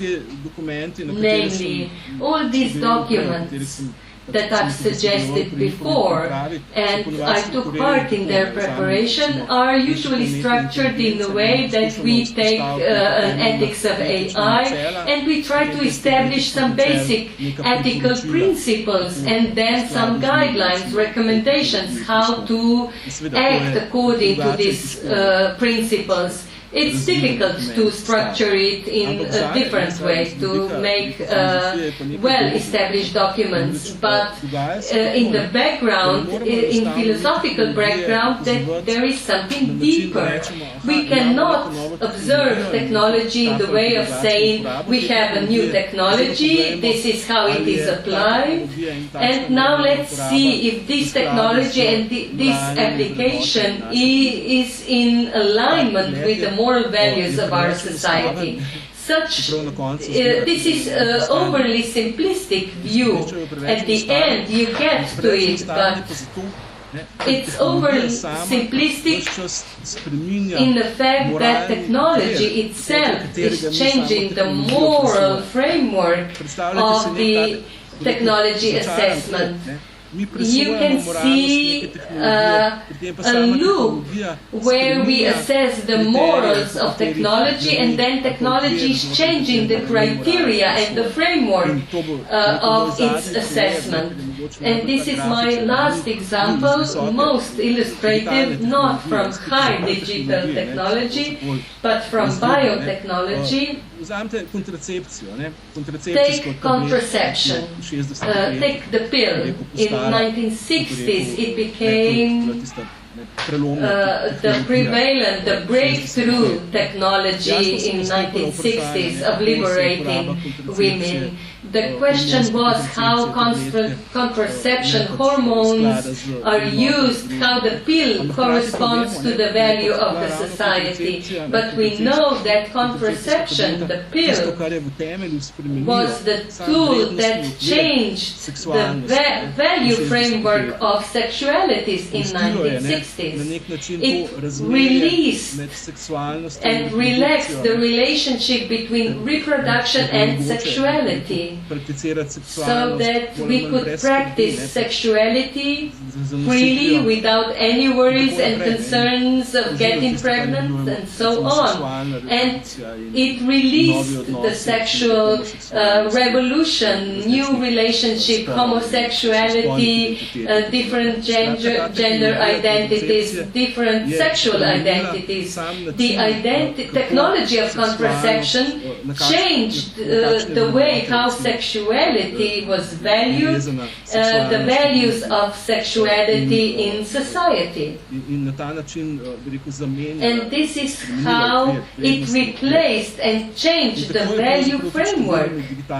And this is also the case of numerous digital technologies. It is important to see the impact of new technology. Once you start the application, in its analysis, it is really important to see how it shifts our value frameworks. And the last example, to say mobile phones or the use of social media, the clear question is how the use of Facebook corresponds or correlates to the right of personal space, and we have to see how these systems impact our personal lives. The use of Facebook has changed the understanding of our personal, private lives. The relationship with public and private has changed with the use of Facebook. It changed the relationship between free time and work time. The mobile phones have changed the relationship between free and work time. And when we assess the ethical application of technology, looking at moral and ethical ways of applying this new technology, we have to analyze and be aware of the technology, how it changes our values, our morals, how we live in dynamic moral situations, in a dynamic moral environment. I am really afraid of taking too much time, so let me end here. If you have any questions, I am more than open to explain further. Thank you all. Thank you for your attention. Thank you for your interesting thoughts that has initiated a lot of our thoughts. Ethic can raise a lot of thought, and we've got some juicy examples from you already. And when we were talking about discussion, we were quite serious, not between presenters, but between all the participants of the first online discussion. We are open for your contributions. It is our job to make your voice heard in the chat and in live discussion. So what we wish is that we would face our opinions, proposals, views, to open discussion, respectful discussion. We don't have to agree with each other. It might be more interesting if we disagree. I am sure that we will open a number of new content areas. I was very practical in preparing starting points for our discussion. We will limit your time. We want to hear as many of you as possible, so I suggest you limit your own time. The criteria is how your discussion is interesting for other participants. If this is the first online discussion in Slovene, and let me use our Štajerska dialect and say, te pa gremo, let's begin, let's kick off. And all of us, with the exception of Dr. Omladic, are students of this area. We don't know a lot. This is a slippery slope for all of us, where we can fall, where we can learn from experience, and it can happen that these lessons are quite costly sometimes. So let me kick off with a thought. I love digitalization. I am enthusiast. It's connected to my name. Perhaps all Brigittas are enthusiastic in digitalization, but we became secretaries of huge corporations, banks, states. During this conference, I got a message that I have a new message in my online bank, that I got a new invoice from my power supply, and my insurance company informed me that I've been sitting for 3 hours and I should stand up and walk around. And there is still a number of things that we have to do on our own. The question is, should we resist these messages? Is this limiting, encroaching on our own right to deal with our free time? Do we have any choice of doing or being different? What do you say? Who will kick off and break the ice? Or this is the first question for our presenters. Ja, zdaj se veste, Luka, So you are addressing the question to me. You know, Luka, if nobody says anything, then it's your turn. I'm sure that there will be someone to break the ice and then will encourage others. Luka, please take the floor, maybe one of your further thoughts. Bom pa eno čisto kratko misel dal. Zdaj, Okay. tehnologiji ne moremo pobegati, niti We cannot escape technologies, and there is no point in doing that. This is a huge part Tisto, kar je pač of pomembno, our da se being zavedamo, da je tehnologija na historically. nek način dizajnirana in izvedena in Technology has been designed and Če imate produced, and we neko know socialno who is omrežje, doing ne, that. pač kot je If we Facebook, have a social media zadaj such as pač inženirje Facebook, in, there are lastniki engineers podjetja behind and the owners of the company. They are planning this technology based on some intentions. And as for the owners, the Facebook should generate advertising response as much as possible.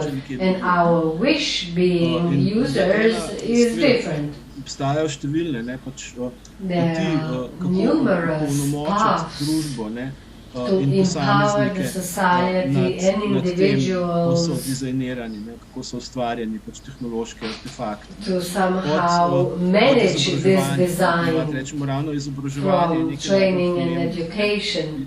This is something most important, so that the users are familiar with how the technology works, that it is no longer a black box, that we know how it works, that we know what algorithms are, what programs and scripts are.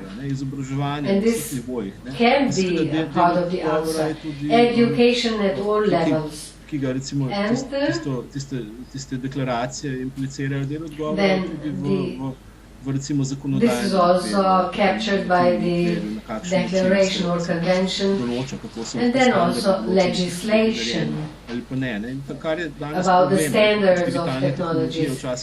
Now, digital technologies really are quickly designed, so quickly that some user standards cannot follow them. So this is a tiny part of the answer. The empowerment through education, so that we know what the technologies do, how it is produced and previously designed, and the democratic impact of the society on how these products are manufactured and launched.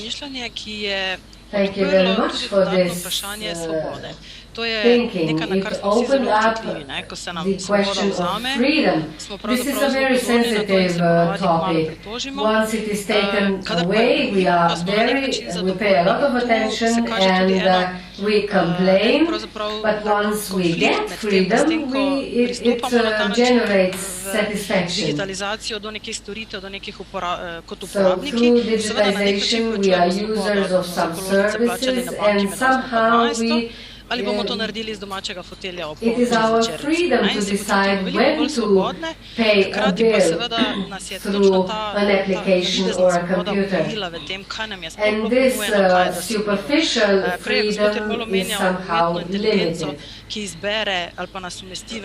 was mentioned, namely, the artificial intelligence, one of 16 types. EMA je postavila pravzaprav že prej vprašanje, EMA temu, ko raised izbiramo a vsebine, question zakaj in kako to earlier. počnemo, Once in we select skušala the opozoriti na ta content, andragoški how vidik, and da why do we do prilagajamo it, and ne she samo vsebino, jaz bi tried rekla to predvsem didaktični expose pristop, the način izpeljave content, človeku, because hkrati we pa si EMA adjust postavila tudi the vprašanje, didactical ali etika approach, and inteligence, EMA ali also asked whether it is the ethics of intelligence or the ethics in artificial intelligence. Any thoughts?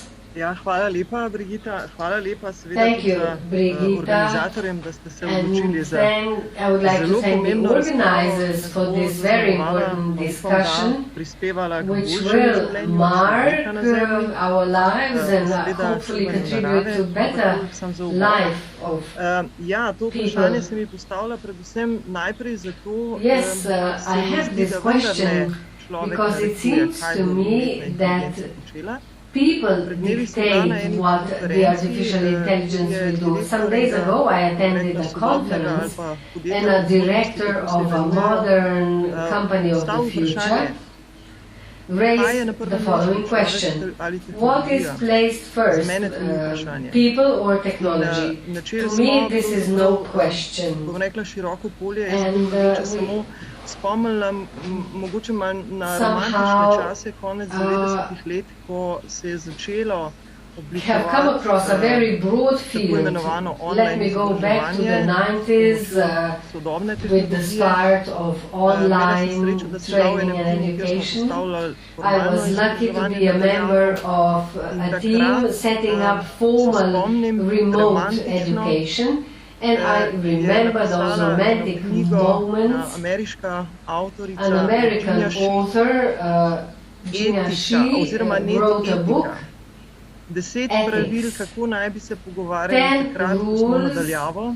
How to talk remotely, what to respect, to maintain our own characteristics, and today we can witness all forms of talks and speeches in social media.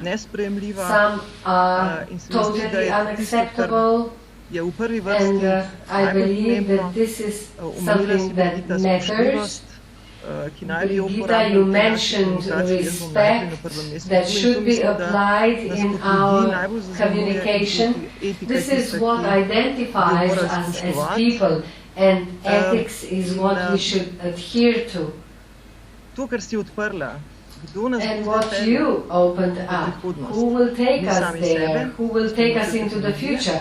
We ourselves with the assistance of the technology, or will it be the technology taking us to the future? Occasionally I have a feeling that it's the technology taking us there.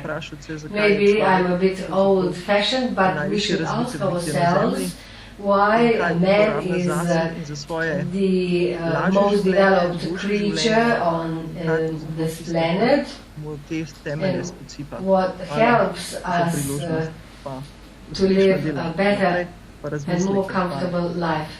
Hvala, Ema, da si bila prva. These are my thoughts. Thank you, Emma, for being the first, but also being the second one is an important role to play. As Luca said, I will be partly a philosopher, and then I will also try to look at this acquisition. What seems important to me is da človeštvo vstopa v, torej predvsem z internetom se to začelo, ampak that the humankind, it all started with the internet, but even earlier, so it is entering this continuous connecting. It means that the network of interdependency, Brigitta, you mentioned that you received 3 bills because you are connected to 3 providers. If you had 4 or 5 banks, you would receive more messages. This connectivity means that we are social creatures, we have to be, we are happy to have friends and meet nice people. On the other hand, we wish to live comfortable lives. You won't take your litter to a distant destination or location, but you will pay somebody to do it for you. And there will be a relationship established. And when building a network, there's mathematics. In each network, law of potency is established. Somebody can exit the connections, and those that can impact the network will remain, be it Google or something else. Due to these connections, somebody gets this power of influencing, of impacting. I often ask people when I give lectures whether they use Google Maps when going somewhere they have never been, to somewhere unknown. So the application will even tell you avoid this part because there's a standstill. How did Google obtain this data? From other sources. All of a sudden we all contribute so that those who manage to avoid the standstill are in a better position. So somehow, if I get stuck, I will report, and this will be an important piece of information for those who can eventually avoid this situation. So we build networks, and Luca will remember this philosopher, Frenchman Pierre Levy, who wrote the book Symbiotic Man. So he had this idea that we people build a super thing, a super being, not a robot. NAI, where we all contribute and we all get something. Super AI, can it be subject to some values? One of the ladies said before that there is a question of what AI can generate today. If you imagine AI, well, the part that is still under development, with cognitive abilities, if you imagine it as a small child, and if this child is repeatedly told bad words, swearing words, hate speech. This is what is on the internet, hate speech, negative news, what you don't want to read. So this is what AI can use to build a model. But this is the result of us not being friendly to each other. AI pokaže ogledalo, can produce this model, and this is a mirror to us, and we are not satisfied with what we see, and we say we have to be afraid of this artificial intelligence. Typically, for example, will AI dominate the humankind? For example, will there be something like Schwarzenegger shooting? Why would this robot be doing this? What does it gain by killing people? Because if you can picture a robot, there is no life expectancy, and we have people have limitations, restrictions. After 100 years, you have to buy time. Nothing like this with a robot. If you remember a robot in Hitchhiker's Guide, the robot gets depressed and bored because nothing new happens. AI as something we try to build to outsmart the existing tools, builds or functions based on within different moral frameworks. But there is no issue as to why this should exceed or dominate people. The question is whether we can use what this AI produces. So it's networking. Secondly, all of a sudden, we understand that we are individuals in the global world, so you always follow the traffic rules when driving. This can be understood as limitation of your freedom, but of course you want to contribute to the safety, road safety. You don't wish to hit anybody. And then something else, where AI knows something that we don't, and we can do things AI can't. So this is my reply. Thank you very much for sharing your thoughts. Maybe this is what frightens us, that robots would be able to do what we can do. Before I give the floor to Mr. Stojan, I would like to raise another question. I am a biologist. Somebody was talking about virtual ecosystem, biotope, ecology, studying or examining the relations, and then it is almost everything clear to me. But virtual ecosystem, although I sometimes live in it or use it, I am part of it, but it's not clear to me who takes litter, who cleans virtual space, what are the rules of the game. Can we simply answer the question, is there a limited period of the existence of this environment? Will it die one day? Luka, you raised your hand. Did you wish later on? I wanted to reply, replica, and now I will put this question to the virtual space and give the floor to Dare Stojan, and then according to your registrations, how your hands were raised. Yes, Dare Stojan.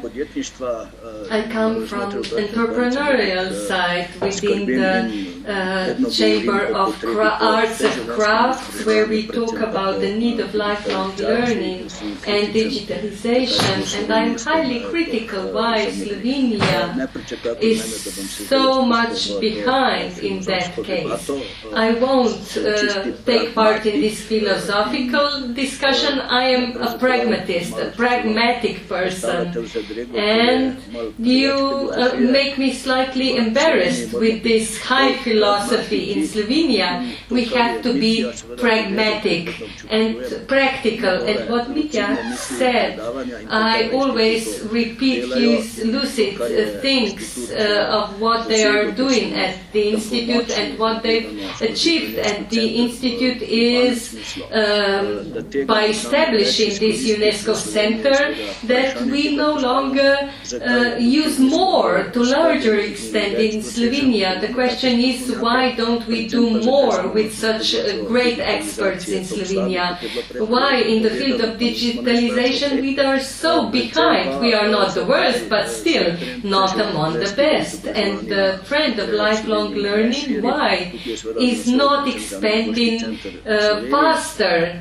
That is the question for the Andragogical Center of Slovenia. I respect you highly. You've published a lot of literature, but in real life we don't see your work enough. All the publications on the need of lifelong learning and how we can keep on learning through our lives. You've put it greatly on paper, but it hasn't transferred to life, not enough, in my opinion. I come from real world, from real sector, where the labor market, I believe into the market, in the position and the power of the market, and the labor market is a very hard, tough one. And if we want to raise the economy to a higher level, not to lag behind the states that were behind us in the past and now are overtaking us, we will have to do much more on knowledge, knowledge from the kindergarten to till we die. And we are very weak in transferring all our knowledge to practice. OECD quotes us as poor. EU Commission sees us as poor, and at the labor market we see that we don't have high qualified workers, skilled workers to be competitive with the industries with higher added values. We have to be critical within the arts and crafts sector, where we are very, very behind. Perhaps at our chamber we do not enough, and we have to assume our part of responsibility for such a bad situation. One part of responsibility is up to the people working in arts and crafts, and my appeal here to you, all of you, is let's change the way how we organize our education and find the motivation for people working in practice, people who are at the end of their working years, in time of their retirement, to get more motivated for lifelong learning, not as we have it today, not to bring people into lecture rooms to sign off the training and operators earning their wages. I'm highly critical of such learning. With all preparations, we have to motivate people to really learn, to study. We use a lot of money. Over 80 million euros are intended for adult education. I am highly critical how we use these funds. It's not transparent enough. These are serious questions. How in the future this money should be spent differently, in a different way, through technology, but in the true sense of learning. Not to say that philosophy is not important, but pragmatic approach is more needed to change the relations in the labor market, to increase our level of knowledge, to be able to produce higher added value products and to change the motivation. Apologies, I took a bit more time, but I feel it is my duty to mention this from the view of small economy. Thank you for your contribution. I am happy that you mentioned the learning adult. We no longer use 80 million for adult education. Now the number is much lower. But I agree that the professional council will discuss the documents and the amounts are much lower. Luca, you wanted to reply? Okay. You have the floor, Luca? Yes, my mic? Okay, thank you. I had an experience 3 years ago within the framework of UNESCO. We were invited to the French Academy of Science and we were introduced to the French program of digitalization and AI development, and the mathematician, the main Macron's mathematician coordinator of that group mentioned that our starting point was to create a multidisciplinary group. Half of the people should come from social sciences and human sciences. And in Slovenia, oftentimes philosophy is used and applied as a bad word, but in a number of digitally developed countries, the situation is much different. And these are important social phenomena, and our approach should be complex. You have to consider the market and the engineering knowledge, but these are social, moral phenomena, and you should discuss them in a comprehensive way. But from pragmatic view, I agree with you. Yes. Thank you for your contribution. Yes, it is true. If we start discussing who is more important, who is more powerful, who should be more powerful, we get into the loop that we try to avoid. Respectful communication, cooperation, we all should contribute to improvements in our lives. And this is the right way forward. This was mentioned by Emma and Mozart in the chat room. We need philosophy and ethics as part of our discussion, and engineering knowledge as well.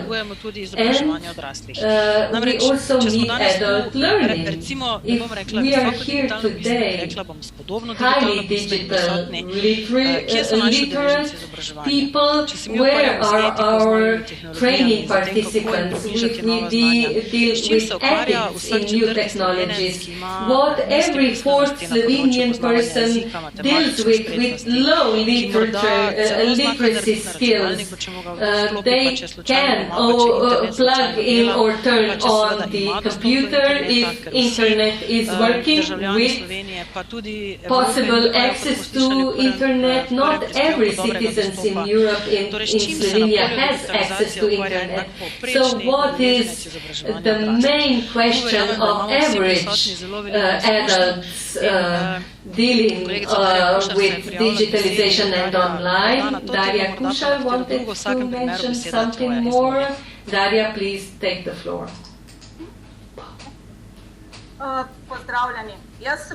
Hello. I would like to take the floor as a person. Currently, I am in my office, at my workplace, and I experience what I would experience in front of a full hall. I have stage fright, so my bodily responses are typical for somebody who needs to speak up. Although this is, even if it is taking place in the virtual setting, while listening to all of you in this introduction, in the materials for today's event, it is stressed that this digitization or transformation involves everybody, all layers of society. it is true. We are learning in a different way. Some are more audio, some are more... there are different types of learners, and how much time we are present, this is what we adjust ourselves and we get organized. So,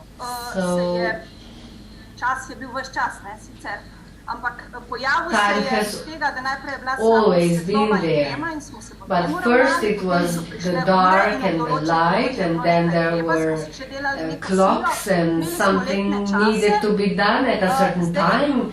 We had seasons, and now we are constantly connected, all the time, continuously. If we want to disconnect from everything going on,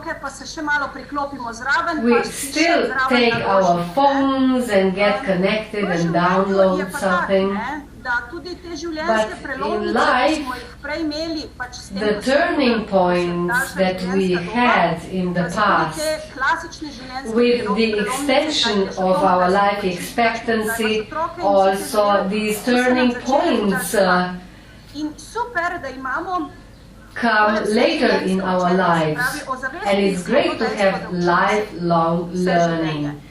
This is clear to us. We have to learn all the time. At the level of digitalization and digital transformation, we have such small bits so that we tend to forget that digitalization is one of the ways of functioning in the society.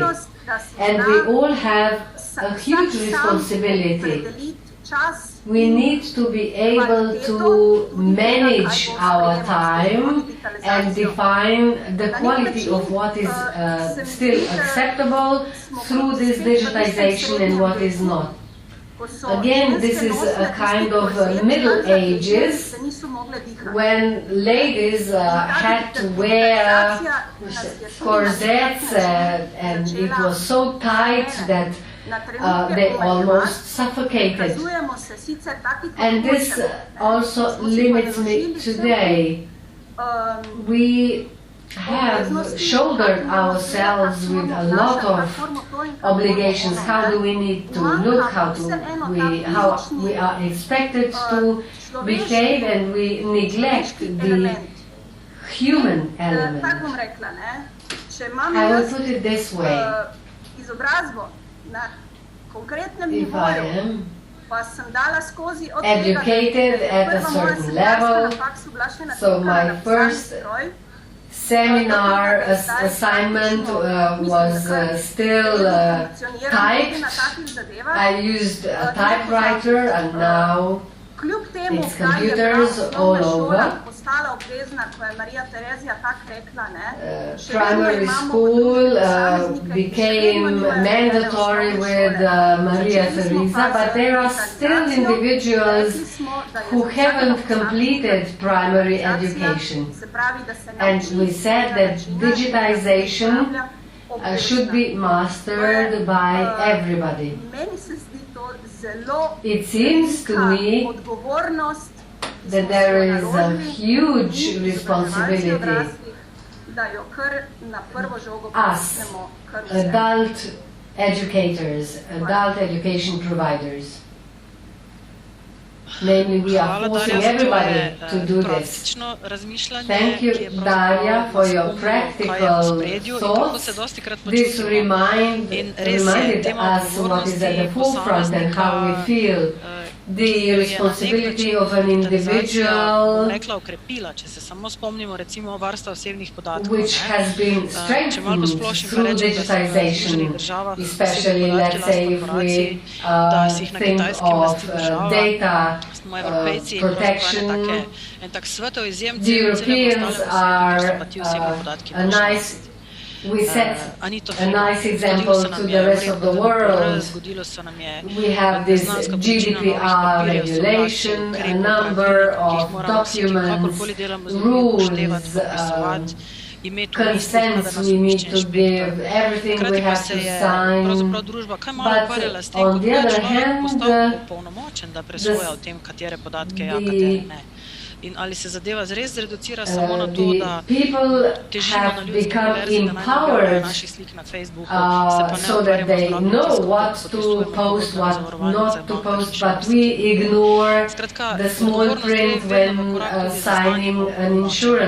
In tudi današnje srečanje oziroma razprava je bila v veliki meri temu namenjena, da odpremo številne teme, da odpremo številne vprašanja. Nihče od nas seveda ni domišljal, da bomo govorili na vsa tista vprašanja, ki jih bomo odprli.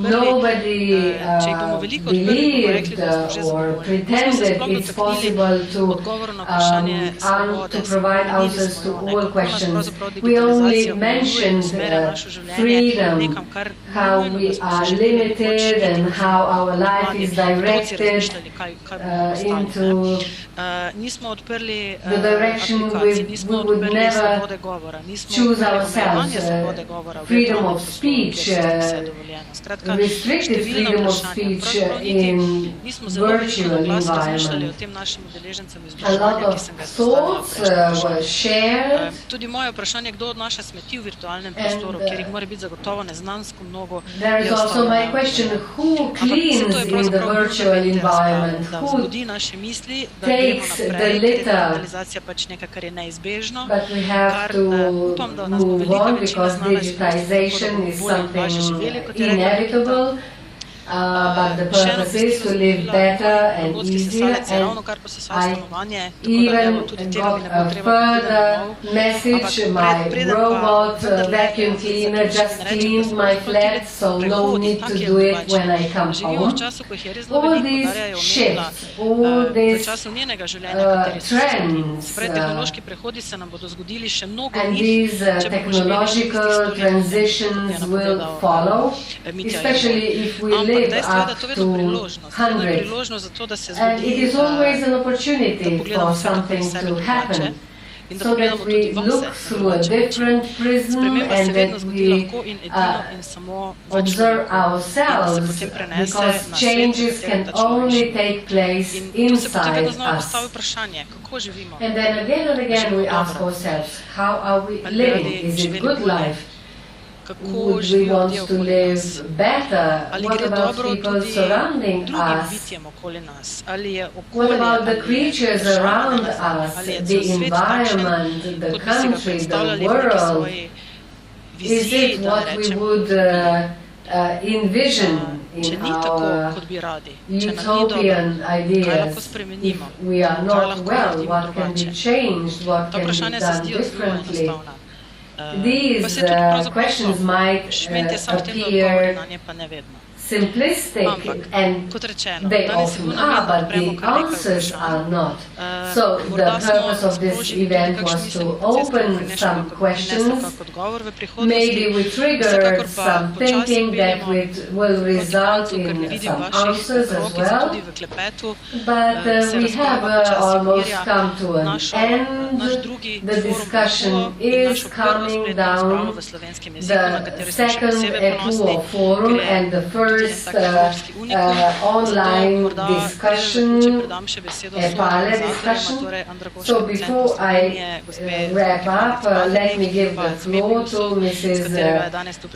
Zvonka from the Slovenian Institute for Adult Education, and then also the representative from CMEPIUS. Thank you, Brigitta, for excellent moderating of this second session, and all the participants for sharing your thoughts. As you mentioned, more questions than answers, but this is what we like.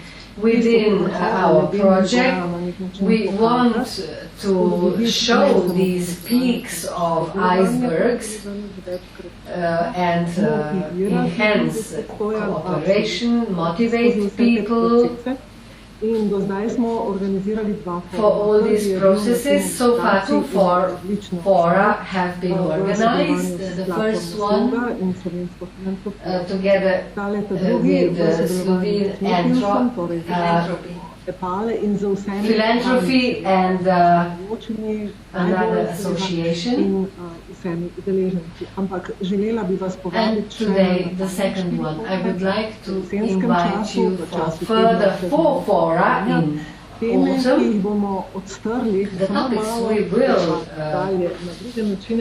open up are active citizenship, very topical issue, aging society, equally important, if not more, sustainable issues, water, climate, and the future of labor. Stojan, I can see you nodding, so maybe we can address things that we couldn't today. So this is our purpose, not only this year, but also in the future. So with the absorption of EU funds, this is possible. We will try to identify what already exists, explore new connections. Thank you very much to all of you and goodbye. Zvonka, najlepša hvala za besedo. Zvonka, še nekaj zaključnih besed z moje strani. Jaz bi se na prvem mestu zahvalila concluding words from my side. I would like to thank all the participants in this discussion. Za vse ideje. Thank you for all opinions, ideas. The topic was more na drugem mestu najlepša hvala vsem soorganizatorjem. I would like to thank co-organizers. I looked around because they are sitting around. I would like to thank all those who joined us online and presented your papers. Brigitta said that this is something unique in Europe. We are really proud and glad that we have managed to carry out the first online discussion in Slovene live. V živo govorim predvsem v primerjavi z ostalimi spletnimi razpravami, ki potekajo na EPALE v obliki angleščini. Carried out in written format in English. I'm also happy to be able to have interpretation. So this was interpreted sign language and then from English to Slovene and Slovene to English because we had an international speaker. Therefore, thank you once again for joining us at this unique event. Next discussion will be on the 22nd of June, EPALE discussion. Follow us. It should be your first morning click. Ja, hvala lepa, Ana. Res Thank je, you, Anna. danes nam je kar šlo, kaj pravite. It's true. Pokupljeni s to izkušnjo We've succeeded, and now, grateful for everything we've got. Let me share the last thought with you. It's not my thought, but Violeta Bulc. The future is too important to leave it to coincidences. We should know what we want. We need expectations and a vision where we want to be. And a thought of mine, I wish us all different transitions, successful, virtual or digital or real. Despite this virtual environment, it's nice to meet each other. Thank you.